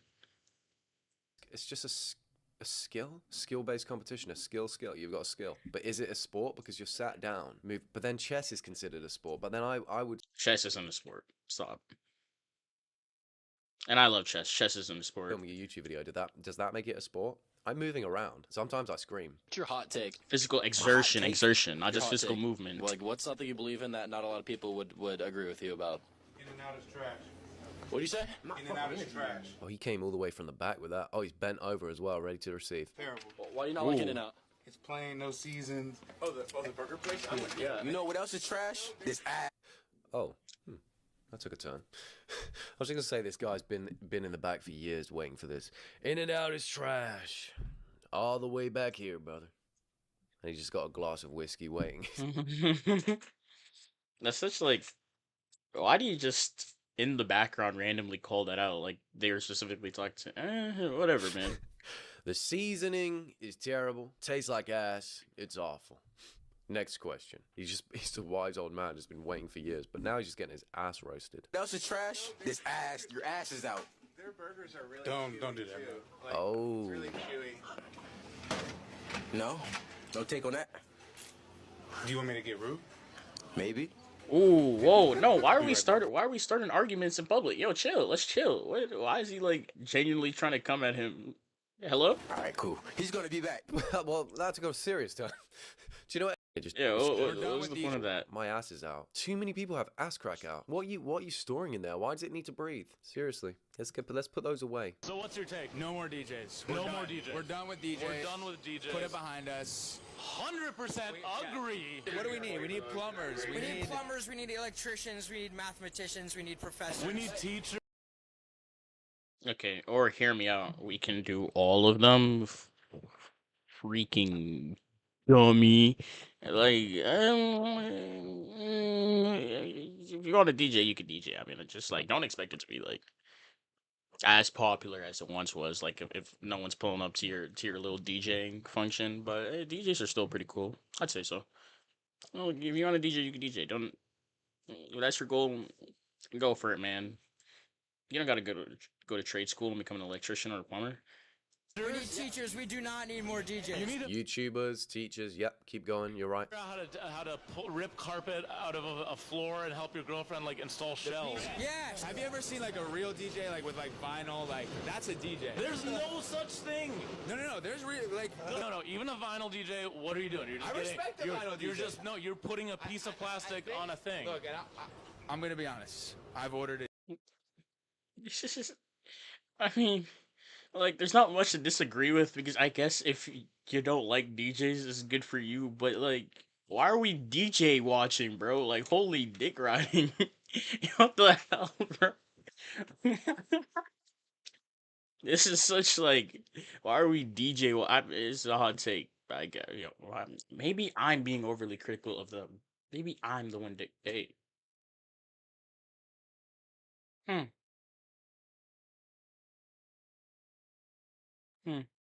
Wow, yeah, I might be cooked. I'm the one dick riding. That's so crazy. The DJ deck. I've. Listen. Oh, look at your boys. What gives you the right? Listen. How can he outright say, "Oh, no more DJs, death to all DJs," and then he's like, "I'm gonna be honest." Only took him 30 seconds, by the way. I've ordered a DJ deck. It comes tomorrow. He's just saying no more DJs, so then he dominates the market. No more DJs. Everyone sees that first 30 seconds, burns their decks, and then he's like, "I'm gonna be fucking fooled all of you. I just bought a DJ," and then he's the only DJ left in the world. You can't just do that. I think all people want is to just romanticize the aux. I think we just need to make a distinction. There's That's DJs, profound. and then there's aux romanticizers. Like, What does that mean? What is an aux romanticizer? What is romanticizing the aux? I'm not romanticizing anything. I'm putting on my freaking music. Hello? people should just be like, yo, Friday night, I'm romanticizing my aux at New Blue. Come through. or I'm simply playing my playlist. What is romanticizing the aux? What does this mean? Yeah, there's like a distinction. Like if you want to play what you want to hear in front of everyone, just romanticize the aux. You're a DJ if you do. Okay, I see what they mean. The distinction is like whether they're properly like mixing and actually adding the flair to it that makes them a DJ, or they're literally just playing music that they like. Yeah. I had a DJ at my grad party. Yeah, bro was lucky just playing the playlist, man. It's just like Afro beats compilation. Probably got it off of YouTube. Just started playing it in the background. You know, the amount of parties I've been to where I see that they just literally get like the 5-hour Afro beats compilation on YouTube and just play it on the speakers. Romanticizer. You're an aux romanticizer. This is my favorite thing about DJs. Oh, it's hot. I have to agree. There are orcs romanticizers. And no, I'm not talking about orcs as in I'm talking about orcs called AUX. You know what I'm talking about? A lot of DJs just they'll plug in their USB, stand there and pretend to push buttons. And if I was a DJ, I'd be doing the same damn thing. Hey, you getting paid? You getting paid? Why is everyone a DJ? Okay, it's turned into Glee. Fuck that. Fuck that. I'm out. Oh, does this guy just rub the... Oh, this guy's just rubbing the subway. What the Oh, he's just there rubbing the shit out of it. This guy just rides the subway. I agree. Me neither. It's unnecessary. How can you sit there confidently and go, 100% agree? You should wash your hands before you pee, not after you pee.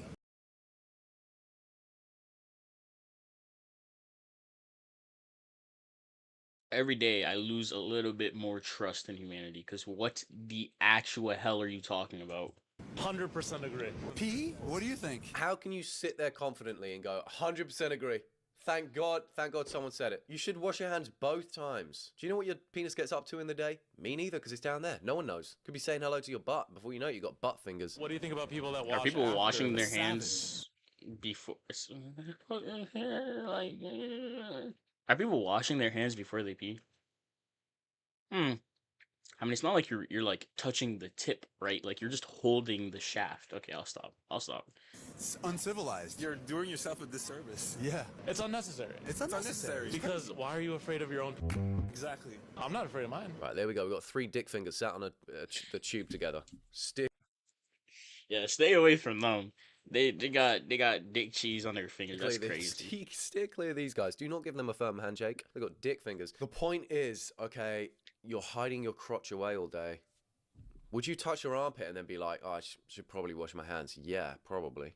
I hope. Because your armpit's locked away. It gets warm. It stays isolated, right? You're in a chamber. It's in there. It's protected. This is not isolated. Look. Elements, germs. Good point. You touch Do you want to bring the world into here? Would you lick your hand after doing this? Absolutely not. So why would you put it on your most precious, vital organ? They got a point. I'm 100% in. Oh, they got me. They're starting to make sense. Why? Okay, they're making sense about the washing before, but again, like, you're kind of just holding the shaft.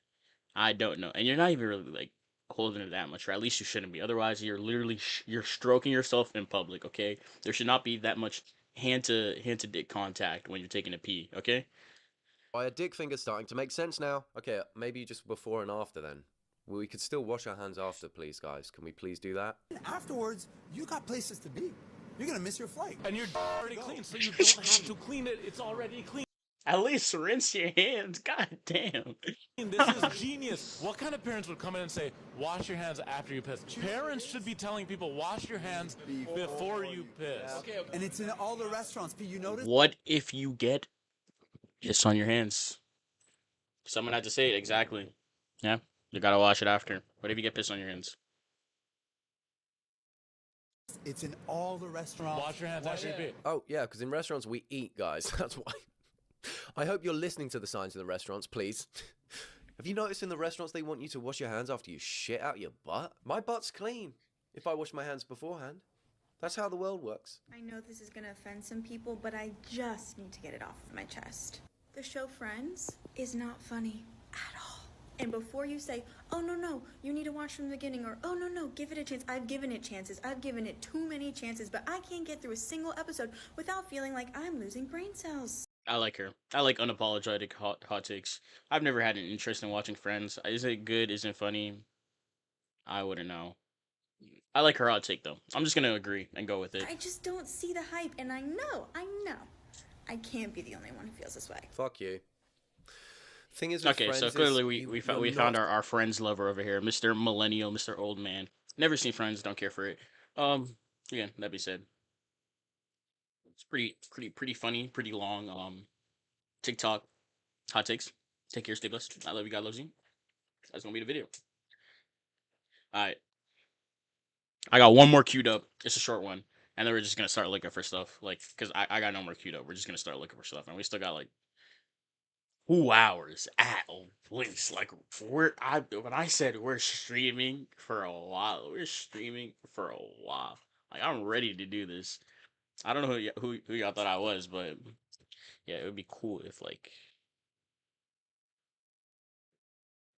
I'm gonna figure it out.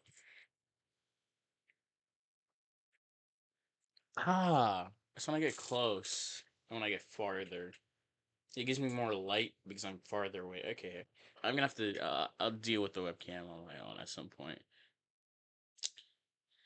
Up next, we got ranking Invincible hot takes. Let's see. Welcome back everyone for part 3 of ranking your Invincible hot takes. Today we're reviewing your opinions sent in from Google Forms and the comment section on last video. So if you're new and you haven't seen part 2, make sure you check that out. And just to reiterate, if your take ends up in D or F tier, I disagree. C tier is a midpoint and S tier means I fully agree. So without further ado, let's get into it. Alright, boom. So we actually have a lot of submissions on characters. So I'm going to use the first part of this video to talk about all your character opinions. Starting with Eve's dad is misunderstood. D tier, D tier, D tier, D tier. Eve's dad, as much as you want to like play the devil advocate and defend him and maybe this, maybe that, maybe he's just a little bit more conservative, maybe he just has a little bit like different values. No, he's freaking weird, bro. He's freaking weird. Even if, okay, because let me tell you about the conversation that he had with Mark in the comic, where he's like, I appreciate you dating Eve, even though she's impure, she doesn't have a virginity, this, that. Even if you were someone, and let's say, yes, you are someone, you value virginity, you value saving yourself for the right person, why are you, as a man, as the father of your daughter, going to her boyfriend and saying this to him? That's disgusting. Cut it out. And in general, he's very stubborn. He likes to feel right, and he hates her for her powers, which she had no control over her. Like, he doesn't hate her, but he's so stuck in his ways that he just. And then when Eve did mess up, and he happened to be right, it boosts his ego even more. Like, I don't even know what to say. Eve's father just sucks, bro. He's just bad. He's a terrible dad. Eve's dad is the definition of why don't my kids visit me anymore. I Exactly. genuinely cannot name one instance of Eve's dad. You're constantly just starting arguments with your own children. Look, the Bible says, children, obey your parents. And parents, do not provoke your children to anger. Like, stop, bro. Come on. Remotely trying to be a good dad. From when he said that Eve needs to forgive Rex for cheating in season 1, we knew what kind of guy this was. There is no fatherly love. But beyond that, it's his refusal to accept Eve for who she is which annoys me the most. Your daughter is a superhero, and I get you're scared of her powers, but instead of trying to encourage her, he just demonizes her. To him, she's just unstable, and he has too much pride to see her as anything other than a time bomb. And at the end of the day, if you're beating out all these characters in a poll for most hated and you don't have a fraction of the screen time, you know you're doing something wrong.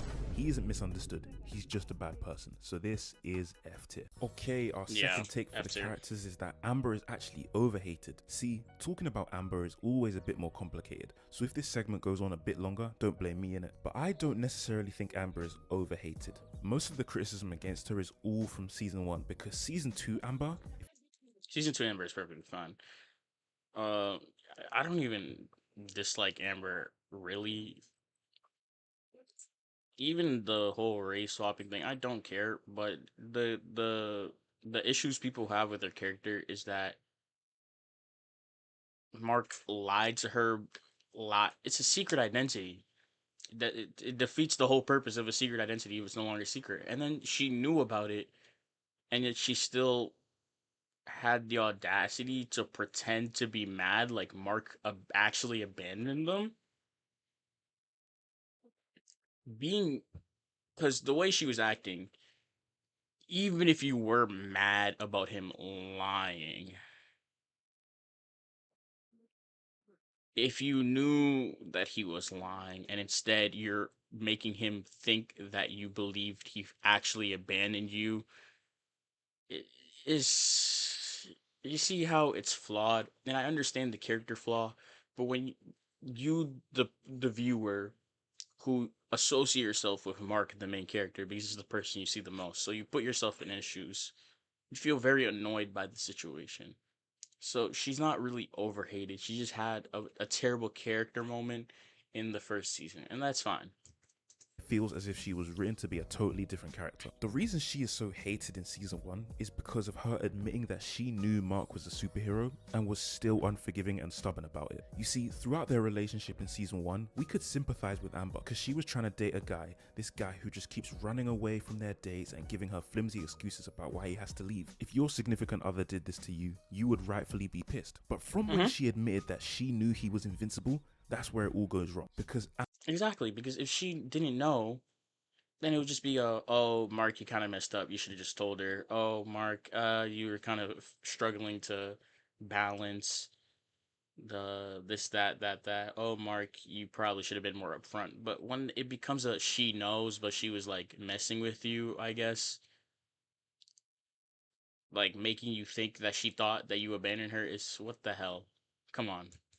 Amber now has no reasonable excuse for why she's always reacting in frustration. Take for example his first fight with the Reanimant. Mark runs away to put on his costume and saves William. When he comes back, Amber is mad at him for leaving them all in danger. This would be a reasonable thing to get mad about if she didn't know he was invincible.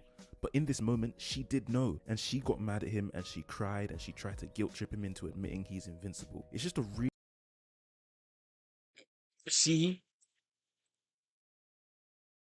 You can't be mad about your partner for lying and then try to guilt trip them into telling the truth. If you want to, if your issue is they're lying, how about you don't lie either? Okay, how about you be upfront and say, "Yo, I know. Can you stop lying to me?" really weird thing to do when you know he's a superhero. You could have talked to him about it in private, but she tried to shame him in front of everyone. Amber claimed to value honesty, but in the end, she exposes her own selfish ambitions and controlling nature. And even though she pretty much did a 180 in season 2 after what Mark had gone through, there's really no saving her character. Because nobody wants to see a character do a 180 without having proper development. Because look at Rex for example, he had character development of a similar degree, and that was received really well by the fans. But the same just can't be said for Amber, because she goes from not being understanding to being very understanding. But there was no See, and it's crazy that it was just that one choice that messed it up. I don't know why the writers decided that was a good idea to make it so that she knew. Fly away, fly boy. Shit was so corny, bro. She could have been like, "Oh, it's a little late, blah blah blah. You should have told me this sooner. I can't trust you." Sure, but this "I already knew" thing, this some BS, bro. No development in between to actually allow this character shift to make real sense. It's a shame really, because I think season 2 Amber is a much better character. The same way Rex is a much better character in season 3. But the difference between them is that Rex had time to develop and Amber didn't. So there was just nothing that could have been done to save her. So unfortunately, I think the Amber hate is justified. But she did get done a bit dirty by the writers, so I'll put this take in D tier. Okay, character take number 3. Yeah, the Donald writers is owed her. underrated. She wasn't like on This the comics is an at all. absolutely valid take. Donald, the hero we don't talk about enough. At first, he seems to just I be have no like opinion on another Donald. typical assistant to the leader, but with his character arc in season 2, we learn that he's so much more. This man has sacrificed himself time and time again to save others. He never had knowledge of his many sacrifices. Each time was a fresh start for him mentally, and yet every time He's he cooking. puts others before himself. And the speech he gave to Rick was really good to watch. Seeing these two who feel as if they've lost some part of their humanity because of the bodies they're in, and Donald saying that we are not our bodies, we are the decisions we make, the lives we change, and the people we love, was an excellent way to show the kind of person he is. He earns our respect without even being a superhero or having special abilities. I don't know if you guys He have kinda has watched special One Punch Man, abilities. but he reminds me of Moomin Rider, the human who puts themselves up against things they know they can't beat, just to help others get to safety. To me, that shows their true courage. And this is why I love Invincible. This show always does a good job with their side characters. So yeah, I like Donald, and this is an S tier take. Alright, cool. The last take on characters. Alan the Alien is the best written character. Okay, I definitely don't think he's the best written character, but he is one of my personal favorites. That's because I like characters that are comic relief while still being a character we can take seriously. Like Rex or Machine Head, Alan being so loved by everyone. Alan is one of my favorites. I will say that. Alan the GOAT, bro. Although the best written character for me is Omni-Man. I like Omni-Man the most, man. Omni-Man followed by Mark and Debbie. Ooh, it's just that family, bro. They put their foot into the writing for that family. Doesn't really surprise me. And there isn't really much to analyze in terms of his actual character, because he's a simple guy with a simple mission, and I like that. So I'll just slap this in B tier. Okay, now we're moving on to the discussion of plot points. And the first one is that Cecil isn't dumb for capturing Conquest. And I actually agree to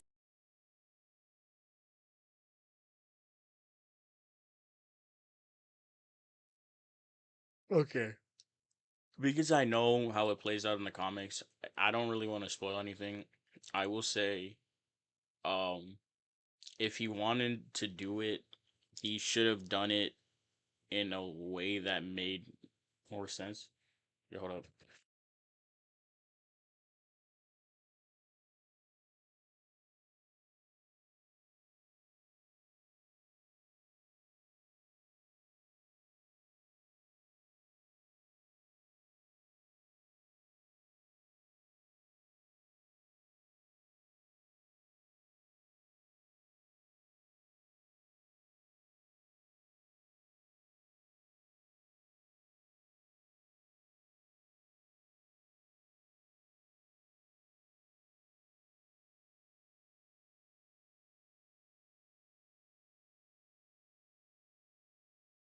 Oh, okay. We back. But yeah, like I was saying, he should have done it in a way that made more sense. He should have like put in the little buzzing things in the air like he did to Mark. To an extent. I think instead of only trapping him in a weight that we saw Mark, who is weaker than Conquest, lift at the beginning of the season. this guy put it best. The actual decision he made to capture him isn't dumb, because it's true. He doesn't know there's only 50 Viltrum.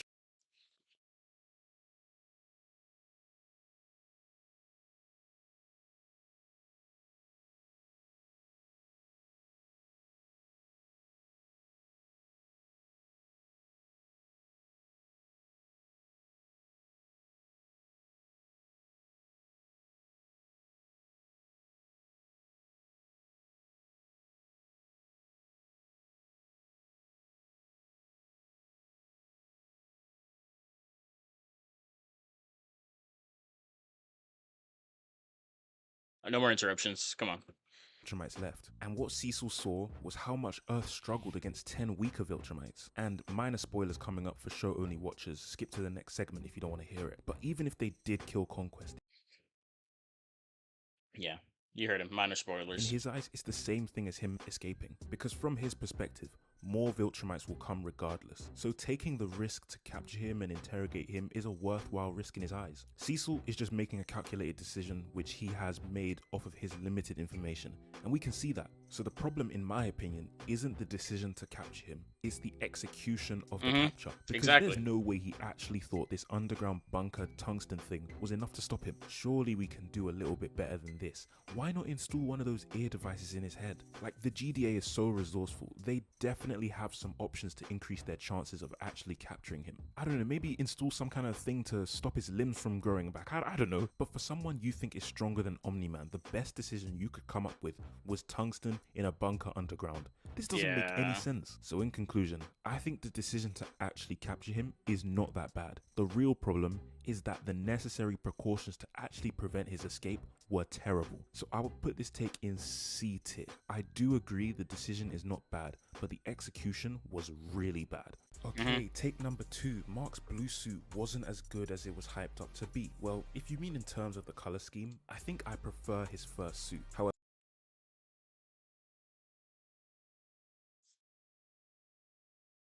I mean, it's the difference between comic art and animation. The blue suit worked really well in the comics. I mean, it was a new color scheme. His personality while he was wearing the blue suit, it's like, oh, Mark is about to, no more nice Mark. Mark is about to go off. Like, that's what people liked about it. It's just the difference between however, I think the it's mediums. more important to actually talk about what this suit stood for. This suit served to show Mark's new beginnings as an independent after the whole beef with Cecil. He needed a fresh start, and I like this. After everything he went through with Powerplex and Oliver and the war and then Conquest, he seriously was not able to catch a break, and it was the darkest time for him, which is why I think the blue and black suit was a good representation, because that color scheme represents a more dark and villainous arc for him compared to yellow, you know, which is more joyful. The color palette change in his suit signifies the direction of the story. That's what I think the suit stands for, and that's why I like it. I don't necessarily think it was overhyped. Taking away the yellow from his suit is like taking away the joy. This man was so happy before. Like, think about when he first put on that suit. It was a very happy time. He was smiling all the time. But throughout this entire arc, I don't think I've seen him smile once. But all in all, I don't think this suit was overhyped. It was hyped because of what it represents, and that's what I like about it. So I would disagree. I'll put this take in D tier. Okay, the third and final take on plot points. The show needs to kill off more characters and stop with the fake out deaths. I sort of agree on this because I feel like expectations were kind of set in season 1 when Omni-Man wiped the Guardians that this show isn't afraid to kill off its characters. However, I feel as time has gone on, it's kind of lost that feeling. Like, the only character who we care about that died in season 3 was Rex, and I do like how his death was set up. But I feel like there are some instances we can actually just kill off a few more characters. Let's take Angstrom for example. 2 times this man has escaped death. I'll be real, he's had his time. I don't know what he's gonna do later on in the story, but I really don't want to see him as a main villain again. I genuinely hope that he's not. And the Yeah. I'm not gonna say anything. Sequid Just as to not well. This spoil. plot, man, is so boring. Yeah, no, the Sequid's plotline, it is boring, I will say that. I don't care about the Sequids, just let the whole plot point die. But yeah, man, this isn't much of an issue for me personally. It doesn't bother me that much that the show isn't killing off characters like it used to. But it definitely is sort of getting to a point where I feel like things are being dragged on and they just shouldn't be. So I would agree with this, even though it doesn't bother me that much. I'll put it in A tier. Okay, and for the third part of this video, we have the debates. And the first debate is that Poole has the best drip. I mean, honestly, it's not even a bad take. My boy Poole is always clean. I like his fits, I like his style. Underrated drip for real. I don't know if he has the most drip though. I think Omni-Man's suit is very, very clean. And Battle Beast as well. Who else even has drip like that in Invincible? I think... Nah, bro, Battle Beast be getting his braided, bro. Battle Beast look, he got the most drip. Sinister Mark probably has the best suit. Omni Mark is also clean. Yeah, and other than those guys, I can't really think of anyone else off the top of my head who has drip like that. But you know what? I like this take, so I'll just put it in S tier. Okay, take number 2. Red Rush was the most powerful Earth hero. To be honest, I think you might be right. Because of all the heroes who are actually from Earth, the only ones I think are stronger than him is Atom Eve and Tech Jacket. Atom Eve's abilities are seriously OP, and we will probably see more of that in the next season. And Tech Jacket I only know is strong because of how much discussion I see around him from those who have read the comics. So they'll be more knowledgeable on this than me. But out of every other Earth hero, I can't really see him losing to anyone else. He's the only reason the OG Guardians didn't get wiped in an instant. But you see, the thing with speedsters is that they're kind of difficult to write in a show where there are a lot of fast characters characters. His ability on paper is really OP, and we know he's the fastest character by a lot, because, you know, he perceives time slower than everyone else, and there are no other characters who are said to perceive time slower just because of how fast they are. So on paper, I think he's really OP, and should be untouchable by at least most of the Earth superheroes, other than the two I mentioned in a 1v1. So I'll give this take an A tier. And yeah, and anybody who wants to argue Immortal over Red Rush, your GOAT Immortal's a fraud, okay? He's a bum. finally, the last debate is that Omni-Man would beat Conquest in a 1v1. This debate could be a whole video topic in itself, so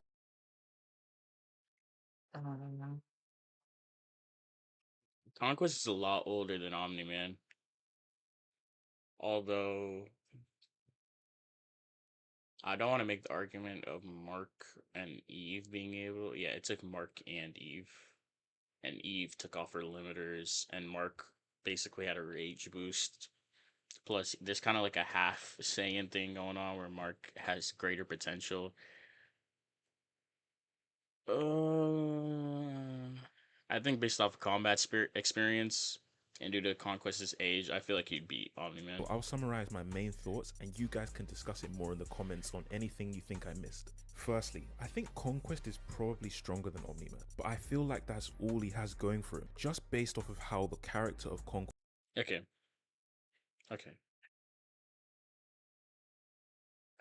Off of his personality, he is more of a brawler. I feel like Omni-Man would be smarter about how he fights him, but Conquest does, again, still have way more combat experience. Conquest is written. He's written to just be this vicious, world-conquering beast. To me, he is all strength and no brains. An unhinged psycho that other Viltrumites are scared of. And if other Viltrumites are scared of you, I think that says a lot. But as we all know, strength alone isn't winning you a fight. Omni-Man is far more competent and calculated than Conquest. If these two really did fight, I reckon Conquest might slightly beat him out in terms of strength. But because of the kind of person Conquest is, he might start having fun with the fight and not be serious and try and draw it out. Wait, what am I talking about? Wait. They fought in the comics. Okay, yeah, I'm not going to spoil it. Well, they didn't fight directly. I'm not even going to spoil the context. I'm not even going to spoil the context. Just enjoy it more. This would allow Omni-Man... I know who the stronger one is. to then take advantage of him in some way because of his intelligence. To me, I feel like Omni-Man would win this with extreme diff, but I'm gonna need the comic book readers to let me know because I'm still not sure. So I will just hesitantly put this in B tier. But you know what? That is it for today's video. Yeah. Let's just say, I got my money on Conquest. But, yeah, solid little Invincible hot take reaction. If you're on the YouTube, well, if you're watching a YouTube video, pull up to the YouTube streams, pull up to the Twitch streams, pull up to any streams, because we'll be streaming on YouTube Tuesday through Friday, and on Twitch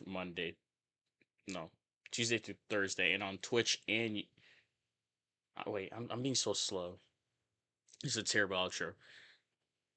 We'll be streaming on Twitch and YouTube Tuesday through Thursday, and Twitch only Monday and Friday, because Monday and Friday we react to Arcane, and YouTube gets a little antsy about their shows. But that being said, take care, stay blessed. I love you. God loves you. Alright. On to the next. We're gonna have to start looking for stuff now. Oof.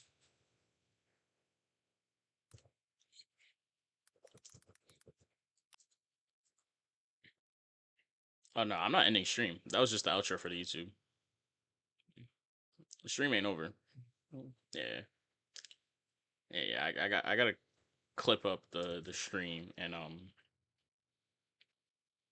pop out YouTube videos out of the reactions, which will be fun to do after, I guess. I don't know. Let's see what YouTube got for us.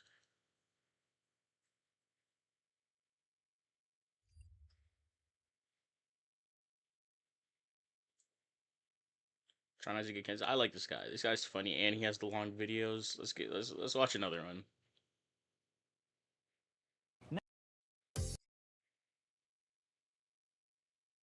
Okay, here's my controversial hot take. A real homie will suck a fart straight out your butt. Okay. You're at a What a funeral. way to it's start. not acceptable to fart. A real homie will come and suck that straight out. That's my opinion. We're gonna be Like, why did we start with that? looking at more controversial TikTok hot takes and hope not to get cancelled. I'm gonna be sharing my opinion. If I get cancelled, whatever. I'll start a waxing clinic or something. I don't know. Let's begin. Jamie doesn't shower in the evenings. Jamie, you Who dirty gets boy. into? I don't even sit on my sofa until I've showered. Got my dirt from the day of London off. What do you like working like I don't get it. Are you working next to a bonfire? What do you Exactly. No, seriously. Do people think that just by existing, you've accumulated enough dirt that even sitting on your sofa will automatically make it the dirtiest thing on earth? That makes no sense. But how are you that dirty? You're so dirty. I'm You're not so dirty. yeah, you I'm are. clean as a whistle. No. You get into our bed. Yes. You get. I wash my hands. I wash my face. I'm so furious that you sleep in our bed with your sweaty, dirty skin. I thought you showered every night. I don't know why that I've never known that in 5 years you have never showered in the nighttime. Jamie drives a Vespa. I'll be honest, I'm kind of with Jamie a little bit on this. I don't shower every night. I'll shower. Yeah, I don't mind showering at night, but I feel like showering in the morning is more important because of night sweats. And if you don't shower at night, you can get the dirt off of yesterday off at the same time. But when you shower at night, you're still gonna sweat and get filthy in your sleep. So, but you can shower both. I feel like morning showers are more important though. Every morning because I need to get my shit right. My hair's all over the place otherwise, truth be told. And then at night I'll shower. If I've gone to the gym, I'll shower. Or here's the thing. Wash at night. You can do like a deep wash. You can deep wash at night before you get into bed. And then when you wake up, you can take a brisk shower just to wash off the sweat. I feel like that makes sense, right? Like you could do a deep wash at night, brisk wash off the sweat. You're ready to go for the day. You're not taking too long showering. If I feel like I'm not that dirty and I'm really tired, I'll just crawl in my nest. But I wear clothes in bed. It's not like I'm butt-ass naked. It's not like my raw butt's on the bed. My raw butt's never out. So, and I don't think sweat's dirty. Mine's like a love potion. Not know the dirt that gets on you on a Vespa unless you sit on a Vespa. All the pollution that's off the side of the bus. Bosh in his face. I don't mind sitting on the sofa like that's a bit extreme, but our sofa's just white. And I genuinely think if I sit on it, I'd leave a brown, like a grey mark because of the pollution. Sophie wouldn't let me get into bed. She said she'd divorce me if I didn't go and have a shower. I did not know Jamie drove a Vespa as well. That's pretty rogue, especially in London. I love these two. They're funny. I'm taking both sides in this instance. I don't think you always have to want. I will. I'm not getting my groceries into my car, getting my children into the car, and then leaving them in the car to go return the cart. So if you're gonna give me a dirty look, fuck off. Why don't you take your kids with you?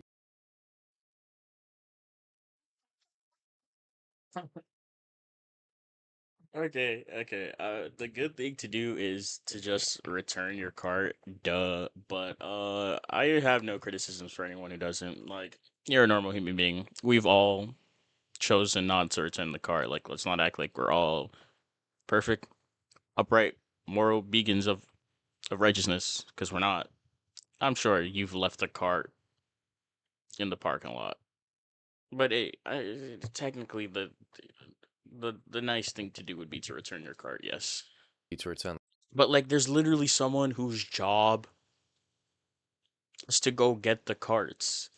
Like, I'm sure they enjoy the extra exercise because instead of taking the carts from the cart rack and putting them back inside the store, they get to go on a little adventure in the parking lot and find all the carts. Yay! Like, isn't that so exciting? Look at that. You're spicing up their job.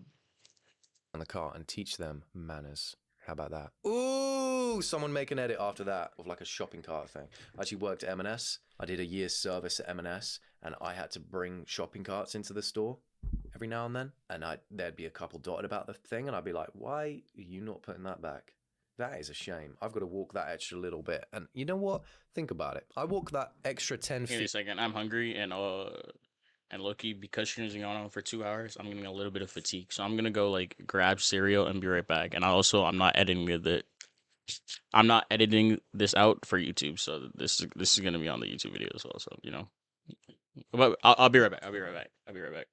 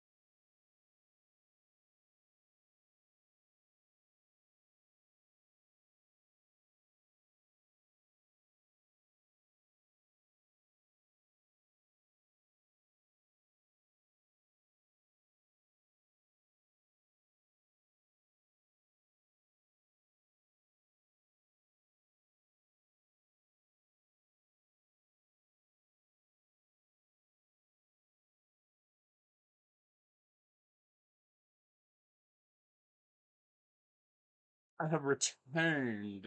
Hold up. Alright.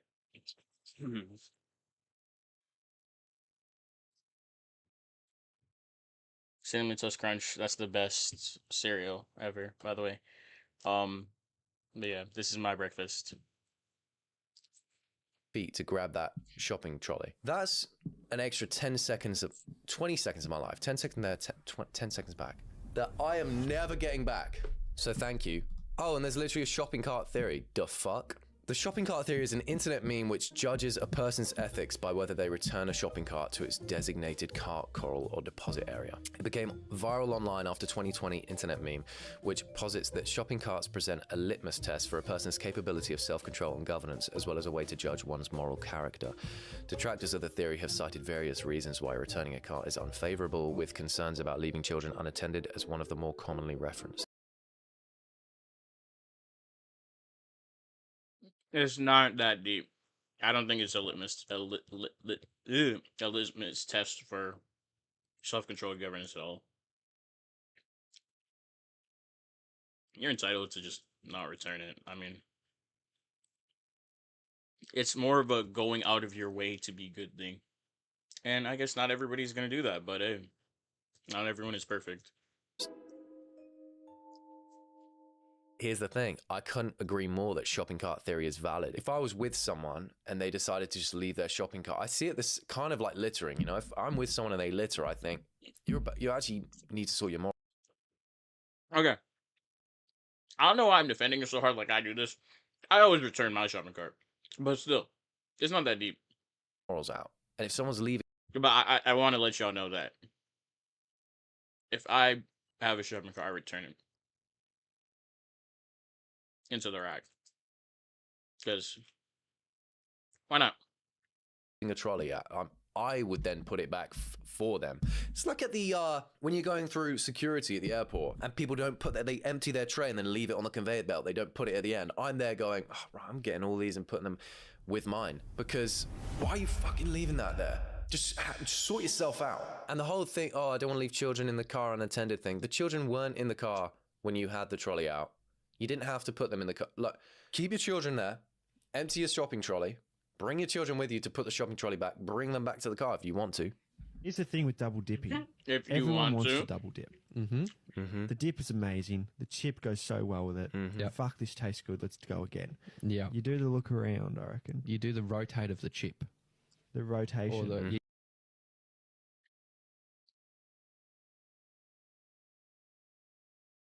Double dipping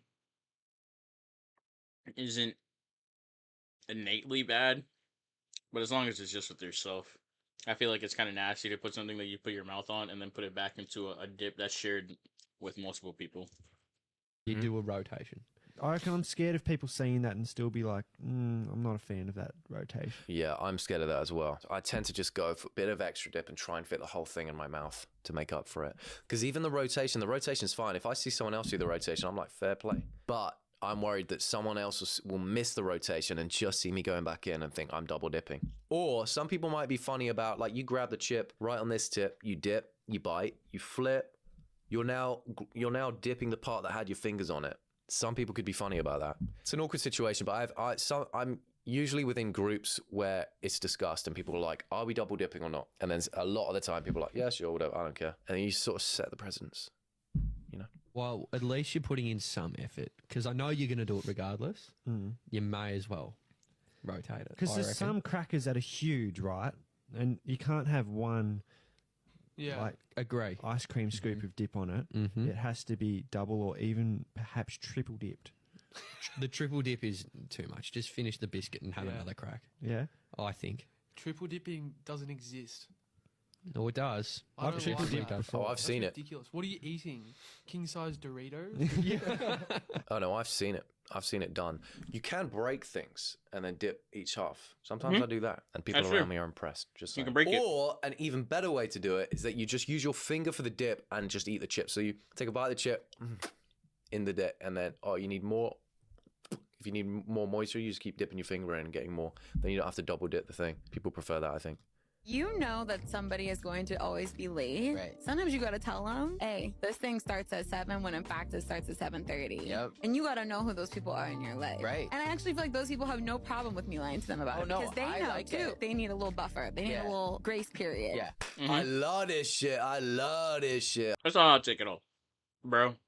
When you're moving on Nigerian time, oh my goodness, bro. If you say a party starts at 3, everybody's there at 5. Screw the grace buffer. Grace buffer. You have to straight up tell them the party starts 2 hours earlier than it actually does.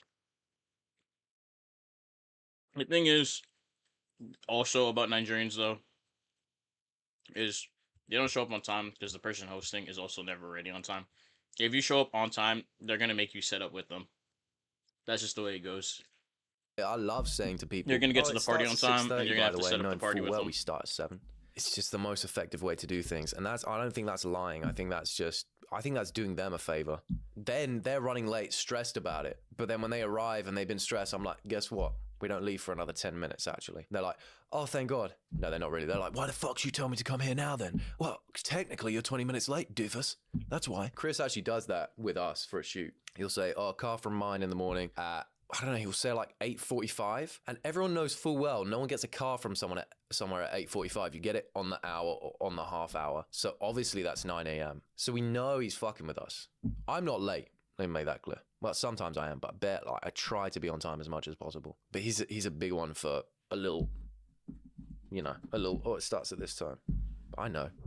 Have to brush your teeth twice a day. I do because I wear retainers. You have to. No, you don't. What do you mean? Once a day, we'll do it. Dad's a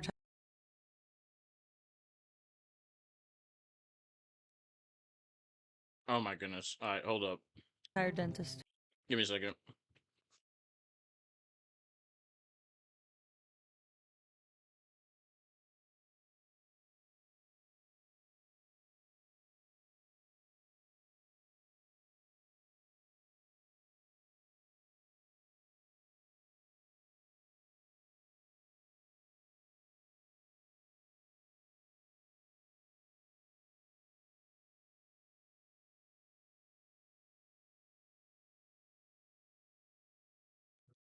We back.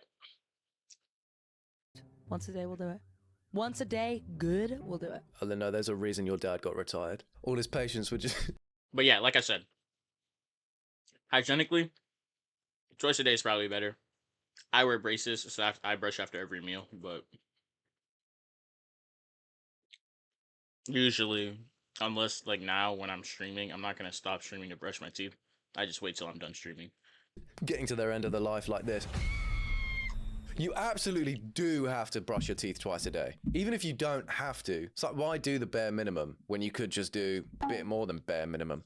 Brushing your teeth twice a day isn't much of an ask. Exactly. People are probably not brushing their teeth good anymore. Right. Lazy, I'm not. lazy. Wait, I think you... I'm like still like I think rebelling against my I'm still like don't make me. This is a nothing take. Brushing piss. Like I'm when's gonna the go get last more time- cereal. I've never gone like woohoo. I'm always She says I'm she's taking still the brushing I'm taking the mic piss. with me. Hold up. Wait, no, I can't. Suppose you use toothpaste. Ew! I'll You be brushing back. piss on your teeth? Or did she say pits? She brushing her pits with the same brush. That's disgusting. Why would you outright just admit to not brushing your teeth well on a podcast? The God of Thunder couldn't get that information out of me. That's a lie. I've shared way worse online, I think. My digital footprint is, you could harbor a family in that dent in the ground. so sick of Because this. it's an errand. But like I'm almost 30. No, it's forever. It's an errand. Who the fuck is Aaron? Aaron said it twice. I know, that's okay. Errand is one of those words that we just don't have in the UK. It's kind of like tri-state area. You guys just be saying shit. And what else? Sabbatical? Stop making stuff up, guys. What the fuck is an errand? Erin DeGeneres or whatever you call her?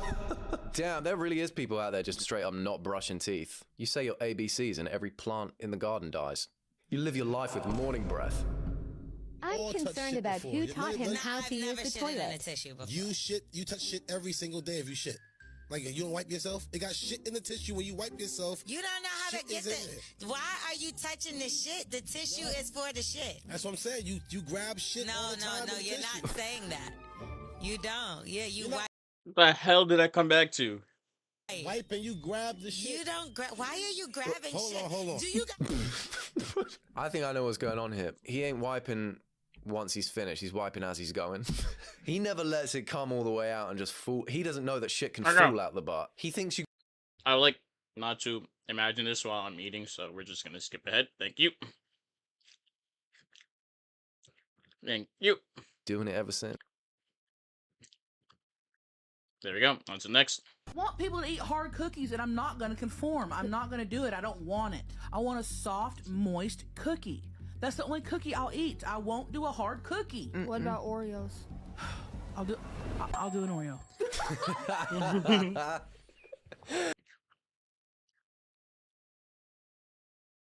She's cooking though. Hard cookies for certain types of cookies only. Oreos, yes. Chips Ahoy, I need me my chewy Chips Ahoy, bro. I need me my mother freaking chewy Chips Ahoy. I can't do the regular ones anymore. I used to as a kid, I can't. I like the chewy ones so much more. You got me. Fuck, you got me. You argue a good case, yeah, fine. I'll take it. I agree, but a cookie and a biscuit's a different thing. An Oreo's a biscuit, an Oreo's not a cookie.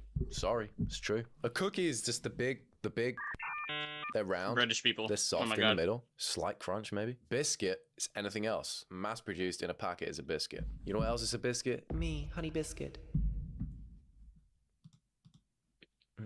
You wash your hands when you leave the bathroom? Yes. All the time. I would say 97% of the time. All the time? Yeah. Why? Because that's what you're supposed to do. You're supposed to wash your hands. If I pee in my apartment, you're just a dirty human being. I'm talking 5% of the time I wash. Ah, okay. Bars. Yo, someone put this nigga in prison, bro. Holy. 5% of the time? You're disgusting. Hey, it's people like you that make me look better, so I'm not going to complain too much. This, man. Sometimes I'll run the sink. No. And I'll look in the mirror. I'll be like, I'm not doing that. I'm not doing it. And I just run the sink. What Therefore, is people wrong with think you? I'm washing my hands. If you pee in your own bathroom in your apartment, who cares? That's like, I don't think he gets lazier than that. He's got people in his apartment, so he's. If you're going to run the water, just put your hands under the water. Are we serious? It can't be that hard to wash your hands. Why are people like making this a problem? This is 2 TikTok videos now where we've had to talk about peeing and washing your hands after. Am I missing something? Or is it not genuinely considered dirty? Wash hands! Wash hands! He's like, I want them to think I wash my hands. The sink is running. You just got to put your hands in it. And he's just looking at himself in the mirror like, I got free will. And that, but since the last time you washed your hands, you've touched so many different things. So it's just a nice reset. Oh. That's the thought process. It's not just your hands get dirty in your own bathroom. You haven't washed your hands in 4 hours, so you've touched doorknobs, you've touched everything. I've learned something today. It's a great point. It's not just your wiener that you've touched. You've touched everything, probably, if you're curious. That's gross. So this guy could go a full day without ever washing his hands. Do you guys wash your hands, even at home? I do. I'm even washing other people's hands. You shower, do you go down done. and scrub your legs? I'm trying to get sick, bro. Or do you let gravity do the work? You see, I know it's Trevor, so he's going to say some dumb BS, but... Bro, if you are letting gravity run the soap down your legs, you are disgusting. Take a shower. Why is everyone dirty today, bro? First, it's grabbing your poop. Now it's not washing your hands. And now we're not showering properly. Just scrub your legs, man. Oh. These aren't even hot takes. People are just exposing themselves. Come on now. Are you gonna tell me that you don't wash your fucking legs? I mean, You don't wash your legs? I hit the pivotal parts. Explain me what the pivotal parts are, sir. It's gonna be his dick, balls, armpits, and butthole thing. Yep. Those are the pivotal parts. But lock in and realize you have to wash everything. It's not just about the stuff that smells. Everything gets dirty, bro. That's all he's washing. I know loads of guys who don't go anywhere below the thigh gap. Honestly, they probably never washed their feet in their life. I use a loofah, which I don't know. I've heard that loofahs aren't that clean. I change it fairly regularly, if that helps. I use a loofah all over this rig, even on the feet, top of the feet, not really the. Okay. Keynote though. Before you start going out to place like your feet and your private parts and your butt, get everything else first. It feels a little tainted if you start at the feet or your genital area and then you start washing like your legs or something. I don't know. It's a little off, you know? Start with the more clean places first, then maybe the feet, and then end on the genitalia. Bottom feet, I just use my hand on.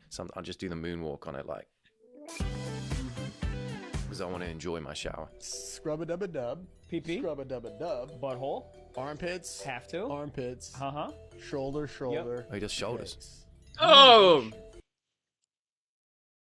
Your face last after already washing your armpits and your. Also, in general, I let water run on my face in the shower, but I don't wash my face with body wash. Run it back. Holy, look at bro. What's up? Welcome to the stream. But in my gang, shower. Scrub-a-dub-a-dub. I don't wash my face with body soap because I have a routine. But bro, your penis, your armpits, and then your face. Are we serious? PP. Scrub-a-dub-a-dub. Butthole. Armpits. Have to. Armpits. Uh-huh. Shoulder. Oh, he does shoulders. Legs. Exactly. I don't wash my face with soap. I got a routine for that after my shower. Sometimes. What is it, spa day, you weirdo? I'm the weirdo. Here's the thing: if I hit the gym and I'm all sweaty, yeah, 100%. But if I'm just kind of going out and about, you're hitting the basics. When you wash your dishes and you have a pan, you wash the pan front and back. Do you wash the handle? No. There it is. There it is. There it is. I don't know what there is, but there it is. Niggas are so dirty. They're so dirty. How does washing a pot have anything to do with cleaning your freaking body, bro? Wash your hands after you pee. Do not grab your shit. And clean your entire body in the shower. You stink. You're dirty. Oh my goodness. I wish to scrub the whole thing because I don't want any part to be left out or be dry. Cinnamon Toast Crunch. I don't get it. You don't get Bro, this is a shot. Yeah, wash it all. Good. Bro, this is a shot. I'm a real scrubber. Good We're not dirty in this stream, bro. We not dirty over here. But bro, this is literally a shot. I'm literally eating Cinnamon Toast Crunch right now. I'm about to finish it, bro. Yes, we are not dirty. We are not dirty. Okay. Pimples that I hop in the shower without washing my face. Yeah. Bro, do not I feel like your face is sensitive, so you gotta use special stuff. And no, I am not dirty. We are not dirty, okay? We clean properly. Get Cinnamon Toast Crunch. And Cinnamon Toast Crunch is not overrated. Milk after Tom Hanks is not bad. Both dry and wet. You just like? Correct. No cereal is more. I'm not having this. This feels like he's just saying it, but he doesn't mean it. You can't not like Cinnamon Toast Crunch. Exactly. You can't not like it. How did I ruin it for you? Bro, I enjoyed every single bite of this shit. This shit was gas. This shit was fire. Hold up. Bro, Cinnamon Toast Crunch is fire. Exactly. I have 5 boxes of Cinnamon Toast Crunch. This is what I eat every day. This shit is peak. The bowl looks ass. You're a hater. You're a hater. I'm not even gonna lie. You're a hater. Do you know what we call it in the UK? Curiously cinnamon. That actually sums up the. Black, you're truly my #1 op. I'm not gonna lie. Nah, he's not even in the wrong stream. I know the type of person he is. He's British, bro. He's British. Difference between America and the UK. Cinnamon Toast Crunch makes sense, and we go Curiously cinnamon. Like, why'd I do that? Yeah. He's British. He doesn't know what he's talking about. Oh, it's curious. Oh, sorry, it's curiously cinnamon. That's a peculiarly spiced breakfast cereal. It's delicious. dry? Oh, there's so many cereals that are better dry than Cinnamon Toast Crunch. Golden Grams. Golden Graham. Similar shape. What is that? That's only sold in your hometown. I've never even heard of that. Name You see that big yellow box? You know we're in for a treat. Golden Grahams, Frosted is that like- Flakes. Better dry? Yeah. Nah, great all little those snack. suck. Now you're gonna be a bit thirsty afterwards. Frosted Flakes, Golden terrible. Grahams? No. Yeah. Cinnamon Toast Crunch is like down on your list. 18th maybe. There's so many cereals. Hey. What do you have over Cinnamon Toast Crunch? What are the heavy hitters? No, that's not an L opinion. Frosted Flakes is trash. Bro, at the top of the list, you got Cinnamon Toast Crunch. You have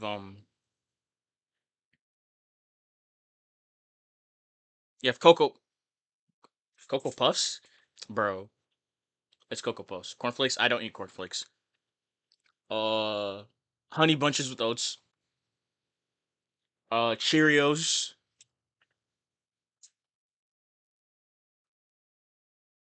Wait, Sleeper Pig.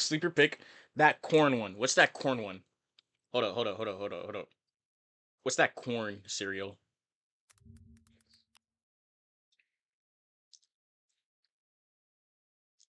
No. Kix, bro.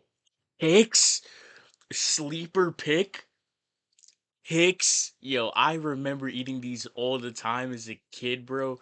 Kix was fire. Oh my goodness. Yo, Kix was fire. Bro, like it's not even anything complicated. It's not like overly unhealthy, but these is tough, bro. Kix was tough. And yeah, Cheerios are fire, so yeah. Trix, Cocoa Pebs, Fruity Pebs, Cookie Crisp, Reese's, Frosted Flakes, Lucky Charms. Reese's, the Reese's cereal it tastes like you're losing a year off your life after every bowl. Hall of Fame, we're talking mini Weetabix. You ever had those? Good lord. I'd rather... Okay. Cinnamon is good. Yeah, I agree with that. Cinnamon is good. Cinnamon buns, Cinnamon Toast Crunch, raw cinnamon. Cinnamon is fire. Do I mean that? Yeah. I'd rather die in 10 years than never have that again. Does that make sense? Delicious. How they make that. And then the adult Weetabix is just so boring. And then I think, curiously, cinnamon has to be in that conversation, along with, I like Cocoa Rocks, but they're not a thing anymore. And well, they are a thing, but they're really, really bad now. Nesquik, maybe? Cocoa Rocks? Crave is overrated. Let me... Cocoa Rocks? What? Cinnamon flavored booty cheeks? Hey, if it has cinnamon on it, bro. If it has cinnamon on it. What the hell are Cocoa Rocks? Is this what he's talking about? That looks disgusting. Yeah, I don't know what bro's talking about. Let me make one thing clear. The dust pisses me off. Most controversial. I don't know why you're putting question marks in like I stuttered. Cocoa Pops? Bro, we have those in Nigeria. Those are the bootlegs of Cocoa Puffs. They're washed. They've been washed. They were always a bootleg. They've been washed. That's bro. Cocoa Puffs sent me the first time I saw that. I was like, these are just glorified Cocoa Puffs. They used to be good. I mean, they're okay. Food opinion. I think a lot of things are nasty. Like what? Mustard is disgusting. Pickles are disgusting. Watermelon. Onions are disgusting. Watermelon. Wait, you don't like watermelon? Where did he even come from? Guys just going through mustard, pickles, watermelon. Mustard is disgusting. Pickles is disgusting. Watermelon, I don't eat it because I don't like the texture. Onions are good. I don't know what he's talking about. But what the fuck? Where? Just that's such a bold thing to throw out there. I People don't are like saying, watermelon. Like, I don't know what pickles to tell and you. mustard, standard things people don't like, and he goes watermelon. So he just throws out a delicious fruit. For real. That's always gonna backfire. Agree. Watermelon's trash. Onions are not trash. You cook with onions all the time. Onions are fire, bro. Onions are low-key the MVP of every dish, and it's always underrated because they always use onions. You're just low-key not tapped in. Onions are so useful. It tastes like nothing. Watermelon. Oh, but you got. Yeah, maybe not raw onions. Like, you're not gonna eat the onion by itself, but whenever you cook with onions. I don't ever ask for onions to be taken out. If you have like cold onion on a burger, sure, I'll remove it. But when you're cooking, you cook with onions. You gotta get the right line. You gotta know. Anything. Fruit has to be with it. Pipe down, you're British. Yeah. What do you mean you're talking? Yeah. Okay. How do you like cooked? How do you dislike cooked onions? What's wrong with cooked onions? The only thing, onions is only bad when it's raw.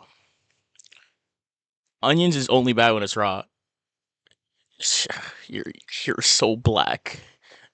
Bro, onions are fire. Nah, I'm not gonna let y'all gaslight me. Onions are fire. Thought on it. No, You gotta put honey Onions on are it. fire. You gotta put Watermelon is a hit or miss because you can either have a watermelon that's just god Onions are fire. darn phenomenal, or it's just like it tastes like nothing. Yeah.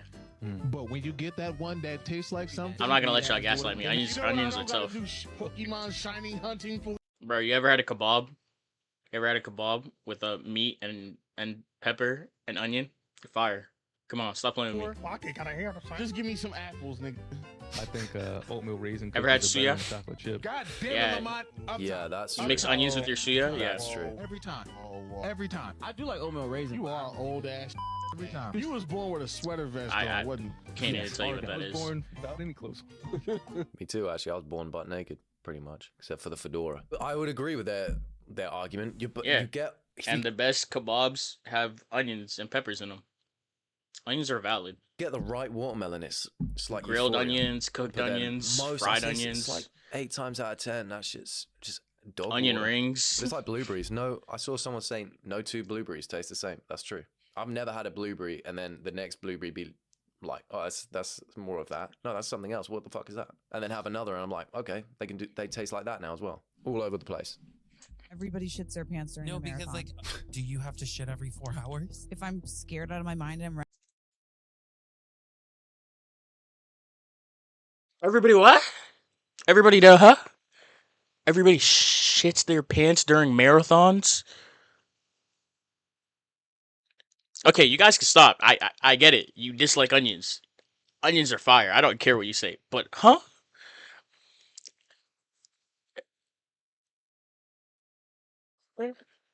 Yo, everybody, these aren't even hot takes. People are just dirty. How is this an American thing? You're British. I don't want to hear it, bro. How's this an American thing? running marathon, I'm shitting 5 times. I'm gonna shit the whole Loose, time. loose buttocks. Loose buttocks. No, it's not an American thing. These are just dirty people. Just shitting the whole time. That can't be fair. The amount of speed you'd get up. You can't be shitting the whole time. Then everyone's gonna follow you. Bro, I run. I do track. I've even done like some distance running. I've never wanted to poop during it. What Your the hell? racing line as well. I have seen people shit themselves in the marathon, but they're not always doing it, and not everyone does it. They might as well, but they don't. They got porta potties at the beginning for that. They do. Have a great time, but I've heard of good Just runners poop who shit beforehand. themselves. A lot of good runners shit themselves. I think those are like long distance runners. They shit because they care. Because I'm like, in 4 hours, why do you have to take a shit? But people be shitting. I think because everything in your body is literally leaving your body. You're seeing God. Maybe that's true. Hey, you know what? Nah, you got for that. some I'm not even people. responding to that. I think, yeah. But I think the majority of the New York City I don't think marathon you're runners right. are not shitting their You pants. can't say everyone's shitting their pants. It's just not true. They do shit their pants though, because you're using your muscles. You're like weak, and you lose control over your rectum or your sphincter. I don't know which one it is. The thing that controls the ins and outs. I don't know why I'm doing that. But you get the picture. You know what I'm talking about. That thing, the valve that cuts. So People see, oh, look at that guy. He just ran a marathon. You know what I see? Okay. So let's list the dirty things we've seen in this hot take video. Number 1. He grabs his poop when he's wiping. Disgusting. Number 2. Not washing his hands after peeing. Number 3. Why are we washing our dick and then washing our face after? Also, he doesn't wash his legs. Like a hot dog, yeah, sure. And now we have this. Number 4. They shit themselves while running. Why is everyone just dirty? He said that whenever he's wiping, you grab shit, so you have to like wash your hands. I don't know what bro was talking about. It's people are disgusting. Shit pants. That's what I see. I go, you shit your pants. I just Is realized he American? We're not doing this. she's got every day of the week on her neck. That's We're a not doing crazy this. necklace. I've never seen anything like that in my life. But that says Wednesday AM. So there's a Wednesday. Let's assume he's British because we're reacting to a British person on his British TikTok. So just assume he's British, okay? PM on the back of the neck somewhere. I think they all shit themselves. Yeah, I do. The fear of a marathon Nah, I guarantee you it's probably comes British. out your butt. I also know I would shit my. Like, hold up. Look at this dude. Look at this dude. This is a very British looking guy right here. I'm not gonna lie. Anyways, let's skip past this shitting ourselves during marathons a bit. Concerts, you could turn the volume down like a lot, and we'd all still have a good time. Oh, do I agree with that? I've never Kind been to a of. concert. No Do idea. I? I don't know. Do I deserve an opinion? Probably not. You can bring things in your ears, though. That's always an option. But then, all right, yeah, turn it down. Turn it down a little bit. Just a little bit. Just so you can't. Nah, low-key, I probably will be seeing my first concert, Burna Boy, this December. But besides that, I've never really like entertained the idea of going to a concert. It doesn't seem that fun. Not gonna lie. Feel it in But- your heart. That would be nice. Dapping people up stresses me out. Mm. I'm white. Yeah, that's 100%. In your head, what is a dap though? It would be What like- is the so a very that- so it's the flamboyant handshake. voice. Yeah. So like, yeah, that stressed me out because I was like, we're gonna mess it up or I'm gonna be horribly awkward in some way. It's because I'm white. Yeah. It doesn't matter who I'm dapping up, Concerts, they just look loud. but I'm like, I'm white, It's so this because is I'm not white. gonna go well. Okay. Well, what I just saw was fine. And so, yeah, that felt natural. Yeah. Now there is like there's two. Well, There's, you're also white, so. Oh, he is. Damn.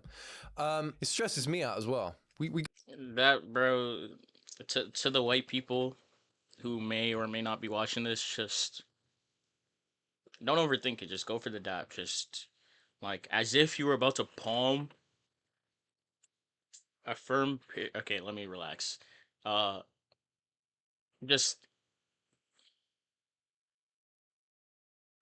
Just go in. Bro said me. Sure. We got a new producer for our podcast, and they were like, "Oh, this is stressful. Like, how do we greet each other?" And this is just, it's stressful as fuck because you don't know. Because some people just go like that and let go. Some people go like that and then they do that and then they let go. Some people fist bump. Okay, but if there's extra stuff, they'll let you know, right? Like, nobody's gonna all of a sudden come and dap you up and then start doing something extra with you if you don't have it pre-planned. If it's a dap, it's a dap. Just, dap, end it. Or I guess if you really want to, shake their hand. Some people shake a hand. Some people just clap the hand. Fist I've had it bumps are so many solid. times where I've gone like this and I've gone for that, but they've not gone for that. So they're like slipping out and I'm just grabbing onto the end of their fingers. And then then it's awkward because they're like, "Ooh, get off." And I'm like, "Give them back. Let me finish." Mind you, that's their first impression of me. I don't see them again. Something that we don't do is we don't pee in front of each other. That's such a weird segue. Well, If it's I true. fail I the think, dap, I just slime the other guy. Yeah, you need to. I'm calling the police. well, I don't know. In the beginning, we were like, I think You you need were to be like, I locked read up. an article where if you I pee, did. That's what I did. I read an article, and it If was like you it pee- kills the intimacy. Yeah, so whenever one of us has to go to the bathroom, we like turn the sink on in the room alone. Like we don't like watch each other pee. Yeah. But I So think that's pretty cool of us. Yeah. I think this splits people, doesn't it? 'Cause I feel like half people do that in front of people, half people don't do that in front of people. Whoa. What was even the take that peeing in front of your partner kills the intimacy? I mean, I've never like wanted to watch my girlfriend pee. No, I think they don't pee in front of each other because it's awkward. But who in their, unless you got like a kink for it, I don't think there's anybody who like, wait. Okay, I do know families that are mad comfortable, and my family used to be like this, where if you're in the bathroom, they'll just walk in anyways and just start like washing their hands or take a shower. But that's weird, is it not? Like, can I not be in the bathroom by myself? Why are you walking in here while I'm peeing and washing your hands? I feel like even if you're a couple and you do that, that's a little odd. I'm not gonna lie. That's a little weird. What an opinion. I'm killing it. I'm killing it. I guess, yeah, fair enough. Like, I guess that article's pretty valid. It probably does affect intimacy to an extent, but then I also feel like you can do it if you're really. No, but how come girls always want to hold it? Like, this isn't. Oh, every single woman I've interacted with, it seems to be like a canon event. What is this obsession with wanting to hold the shaft while I pee? I feel like woman, y'all may need to come out and make a statement about this because it's a little bit weird. I'm not gonna lie. Comfortable with someone, you're blowing that toilet to smithereens. Not even just pissing. I'm talking. Why are we blowing that lying? thing up. How about I Like just it's the slime you? Richter How about I scale. just end stream? You know? Yeah. How about that? Yeah. How about I just end stream? And we're comfortable enough to do that. I'm joking, by the way. I'm not gonna end stream. Sometimes Yeah. when you're dating someone for so long, you're so. I will slime you though. Like, there's I will points just where, blow like, up the UK. I feel bad. I'm like, I look like a troll right now. I don't care to put any makeup on. Like, I show up to his house and I'm like, why do you even like me? Like, this is just not the girl you signed up to date. Nah, he's chill. He's chill. He's chill. He's just British. No, this is what they do. But This is what they do. Very, very comfortable. So they But do. I think. I mean, we do a good job. But like, yeah, you get comfortable to where you don't. Why are we I guess lying? every day How would I feel just like how would I just kill you, I huh? wonder if they don't pee in front of each other, but they do poo in front of each other. They just draw the line at peeing because those are the parts that they're using. But the butts, they don't. You can't go butt to butt unless you're exchanging farts, which isn't like a sexual thing. I don't think. Is cheating really a thing? I mean, come on. If Is someone cheating really a thing? This is the worst take I've seen all day. This might be even worse than the dirty ones. promises you that all of this area here is going to be only for them, they're lying. You think? Oh, no, not think, darling. I know that for women, they're like, oh, no, he's going to be mine forever. It's like, who the fuck are you fooling? So everyone's cheating. If you say you're going to save all of this area for one person, you are cheating on yourself. You are cheating on yourself. Why would... Okay, this is genuinely the worst take we've had all video. What the what is she even talking about? I really don't think it's that hard. It's always a chill stream. It can be a funny stream too, but you know. But like, why are we cheating on people, bro? What do you mean if you're saying this area is only for one person, you're cheating on yourself? This is just hoe activity. And I'm not saying this because she's a woman. I'm saying this because if you're a hoe, you're a hoe, bro. You can't be loyal to one person? Come on. That's bro after he cheats on his girlfriend, he's trying to justify it. If you're saving this area, this no-no square, for just one you're cheating on yourself. I've just not cheated on myself. That's all. You just got to think about it like that, you know? Other people have to experience this thing. They need to experience the miracle dick. They can't just go their life without knowing what's in here, in this area of mine. To you, the one person you love the most, why would you put restrictions on them? That is such an interesting way to look at it, and I love it. That's a terrible way to look at it. Mad at me Hello? all you want. I didn't This come is up an with awful it. way It's to look just at it. My observation, and it's true. I didn't come up with it. It's my observation. You sort of did come up with it. As the podcast host there, it's really hard to respond to that because it's like you can just straight up disagree, but then you're just going back and forth over something they clearly believe in, or you just got to go, oh, that's crazy. I love it. In the back of their mind, they're thinking, my boyfriend is balls deep in someone right now then. Is that what that means? A lot of people are like calling me a drug addict and an alcoholic. That's the thing about posting online. If you post online, people are entitled to give their opinion, and that's something that I've had to learn this year. People are gonna talk shit. It's funny that I never got these comments when I was going out like a feral rat like 6 months ago because I was in college, but now that I'm like out of college and going out like way less than I was before, now everyone wants to call me an alcoholic and a drug addict because I'm not in college anymore, so now I like can't go out. Like, please stop. I do agree with that to an extent where you view doing drugs and alcohol differently when it's not in uni or college or whatever. I guess that feels like the bridge between being a kid and being an adult. And when you're doing it as an adult, people just have this opinion that it's like feral. Whereas at uni, they're like, nah, they're at uni. That's normal. That's normal for him to be. I don't have an opinion on this, bro. I mean, like she said at the beginning, bro, since she was posting online, people are entitled to give their Pumped opinions. up on rhino fuck or whatever the drugs are called, you know? Who cares, really? Bless you. I despise it. I could go on forever about this topic. It has never made any sense to me. It is an involuntary action from your body. You did not choose to do it. You just did it.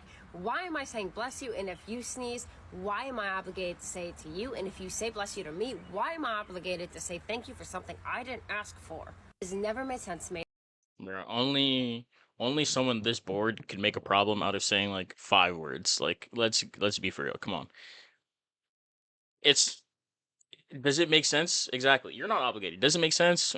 Sure, but bless you. It's 2 words. Plus, it's usually just a habit at this point. Like you usually just like, oh, bless you. You know,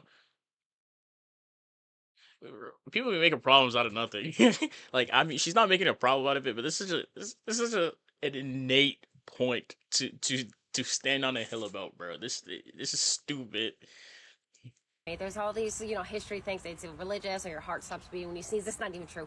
It's not even true. But the worst part is that it's awkward when I don't say it because it's considered rude. But it's awkward when I do say it because how I feel about the fucking words of bless you, I don't like it. When I sneeze, I feel uncomfortable because I feel like I'm just waiting for other people to say bless you, and then I have to say thank you. It's this whole thing. It gives me anxiety. If you're around me, you sneeze, I just ignore it. I just keep going. I'm not gonna stop. I'm just gonna keep going with the conversation. I don't even hesitate. I love saying bless you. I love there's actually nothing better than hitting a good bless you and then being thankful about it. I don't know how you can not enjoy it. Someone sneezes and you go bless you and they're like, oh, thank you. Because they really mean it. They really. Exactly. It's like it's just a calm little interaction. It's that, bro. That's humanity. Come on, bro. Like she really lets people sneeze, says nothing, and feels good about herself. How miserable do you have to be, bro? It's 2 words. We are thankful that you've gone out of your way to say bless you. You know, it's a dying thing though. People less and less saying bless you, but that just in turn means when you do say bless you, people are more and more thankful because it's so rare now. So that's why I'm scraping up all the aura points by saying bless you to everybody. If I hear it in public, I'll be shouting bless you. I have a rant and a pet peeve. Ooh. That's a combo. Which it's been a pet peeve of mine for a while. Okay. So I just want to say this. All right, so I'm gonna sit back. I want to say this semi-publicly on the episode. Just gonna go. So, people, when you are at the supermarket or a store, why do you need to talk on speakerphone in your damn phone and have a full conversation in the middle of the produce department? I'm trying to find a good orange or a good apple, but instead you're talking about people, viste que vamos para fulano fue para Cuba esta semana. And it's like, I'm sorry. We have like headphones in every sort of with wires, no wires. We have, noise canceling headphones. Why do you feel the need to have a full-blown conversation on speaker? Okay, it is one thing to be on speakerphone in public, but to say they be surprised that I'm all up in their business. Like, I hear it in the background, sure, but I never care enough to actually, like, listen to what they're saying. If they say something outrageous, I'm gonna react because you're on speakerphone and talking loudly in public. And to be honest, I'm used to it. My parents are loud as hell on the phone all the time, but I'm not listening to what they're saying. They clearly want you to interact with it, I guess, bro. It's like a QTE. Phone in the middle of a store. Like, why? It's a quick time. It really irks me. I do hate loud conversations on phones in public. I just don't like it when people aren't aware of other people being in that environment or just aren't like mindful of other people's peace. It's the worst on the train because it's like there's people just watching things on the train full volume with no headphones. If I didn't have AirPods right now, I'd be fuming. If I was one of the people who read, bro, the only thing that'd be saving, it's not even just Nigerians, like immigrants in general who be loud on the phone. The only thing saving them is that they always like aren't talking in a different language. Otherwise, everybody would be all up in their business. On a train, I'd be so annoyed that you're just listening to something stupid as well. And I don't know how people aren't like, they don't feel any kind of guilt. They just don't care. I was telling my spouse I'm gonna go to Costco, and what she said was that kiwis are on sale, and I said, okay. Now I need y'all to tell me if I'm wrong if I don't buy kiwis.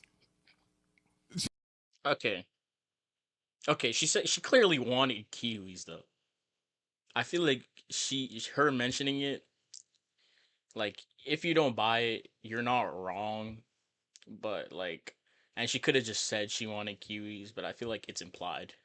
Like, like you're not wrong, but you probably could have grabbed them. You know what I mean? It's not, yes, I'm wrong.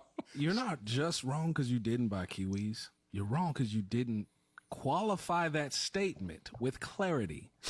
And by you telling me that this is on sale, would you like? Because she's at fault too. Oh, would that's you the like point. some? She's at fault. And so here's the thing: I did buy golden key. I did buy the kiwis because before I left the house, we're standing there in the kitchen. She's like, "Hey, kiwis are on sale," and I said to her, "What you mean to say is, can you buy kiwis?" And she's like, "Well, yeah." And I was like, Why you gotta have that energy with her? No, because And what you could have said is, No. would you like me to get some, or Yeah, like how many would you like? I would love to get you some. How many? Nah, low key, nah, like, so you just gotta be straightforward. You gotta be straightforward. Saying kiwis are on sale is kind of cryptic. Like you're trying to be cute and all. Just tell me you want me to buy kiwis. I'm Would not, you I'm like? not gonna lie. well, they're in a box. Be kind to your spouse. Hey, look, don't be coming at me with this bad. I thought I'm telling this story on the podcast. That's bad communication right there. It is. That is on bad sale. communication. on your part. On both parts. both y'all. Both of them. I love kiwis. That's all I got to say, really. I don't know who's at fault. I just think get the kiwis. You should get them anyway. They're delicious, especially the golden kiwis. It's the top 3 fruits of all time. Easily. I don't like Pineapple, kiwis either. kiwi. I don't like kiwis. Don't like watermelon. Yeah, I like mangoes. I like apples. I like grapes. What else do I like? I don't like pineapple. Fruits are weird. I'm weird about fruits. Take. I think if you're paying $40, $50 a workout class or $450 a month, which is what Solid Cores Unlimited is, you should not have to wipe down your own machine. I love it. I'm going to keep going. Yeah, But pineapple is. they walk around, they put fucking little wipes down. And they're like, I'm sorry, they're dick ass little wipes. They are literally Dick like, ass. they're barely even wet. And so they like set them on my machine. Dick ass little dry wipes. Something ain't right about this. It's not even mostly for me about the inconvenience of, it's not even really an inconvenience. Like I'm not sitting here acting entitled, but it is like, it feels like a $40, $50 class is like a luxury kind of. For me, it's about the fact that the last person who was on that machine used that little tiny wipe. And I'm just trusting that the last person that was on that machine properly wiped it down. And you're with. Okay, so here's the thing about this. If you do not like the public gym, you are free to, I don't know, get your own at home. Like, what's the complaint? That they're worried that other people don't wipe down their seats at the gym well enough? I mean, there is still a barrier of clothes and ass between you and the seat that you work out on. Let's relax. Let's calm down. With bare feet, sweating on there, like it's gross. It needs to be properly sanitized, in my opinion. And I do feel like if you're paying $50 a class, there should be an employee that just quickly in between like 5 minutes has like a good rag and like cleaning spray and goes and wipes everything down properly. That's probably a valid statement for sanitization reasons. Because I don't trust most people's cleanliness. If they're wiping down a machine, they're probably just giving it the little, and especially if they're dick-ass dry little wipes, they're probably just giving it a little. Some people are probably just pretending to do it. Like that guy who just runs the tap, doesn't wash his hands. Some people are probably doing that. Maybe you should. I don't think it's that deep. Have someone. I don't think well, I mean, when you're cleaning the gym at the end, sure, they can have an employee wipe everything down, but having someone like in between workouts come into your seat and cleaning it down, it's a little weird. Duty.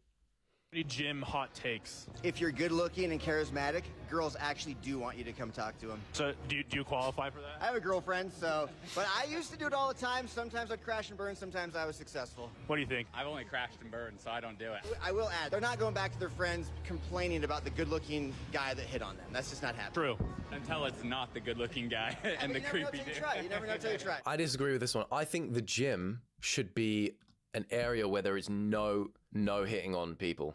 Especially no guys hitting on women in the gym. That just makes people feel uncomfortable.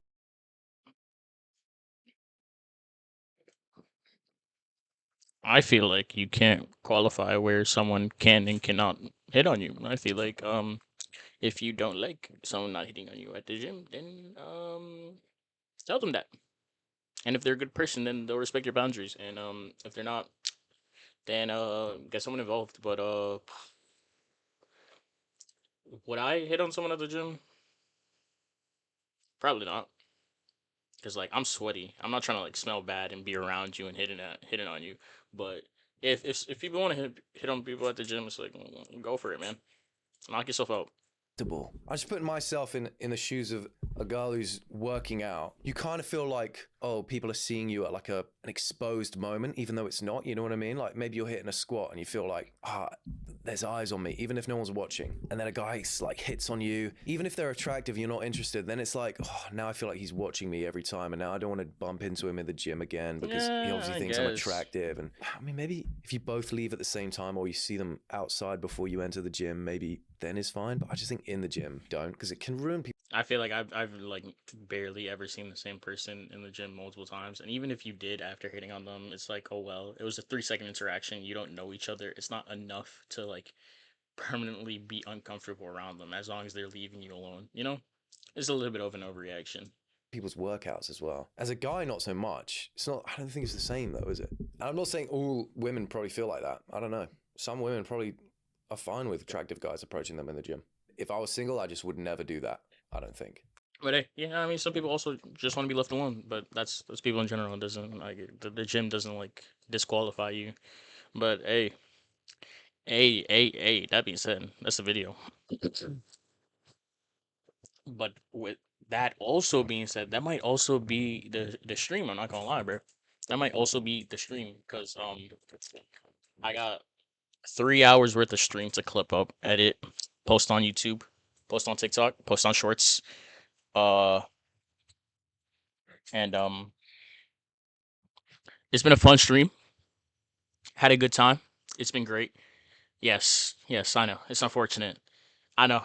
I will be missed. I was planning on going 4 hours, 4-hour stream today, but gonna have a little bit busy of an afternoon editing, working out, doing other stuff. Tomorrow we got. What do we got tomorrow? Oh, we got Internet Rabbit Holes. We're gonna watch like true crime or something like that. That's what we're gonna be doing tomorrow. And no stream on Thursday because I have stuff to do on Thursday. But Friday, back to watching Arcane. So take care, stay blessed. I love you, God loves you. That's gonna be the end of the stream. Bye.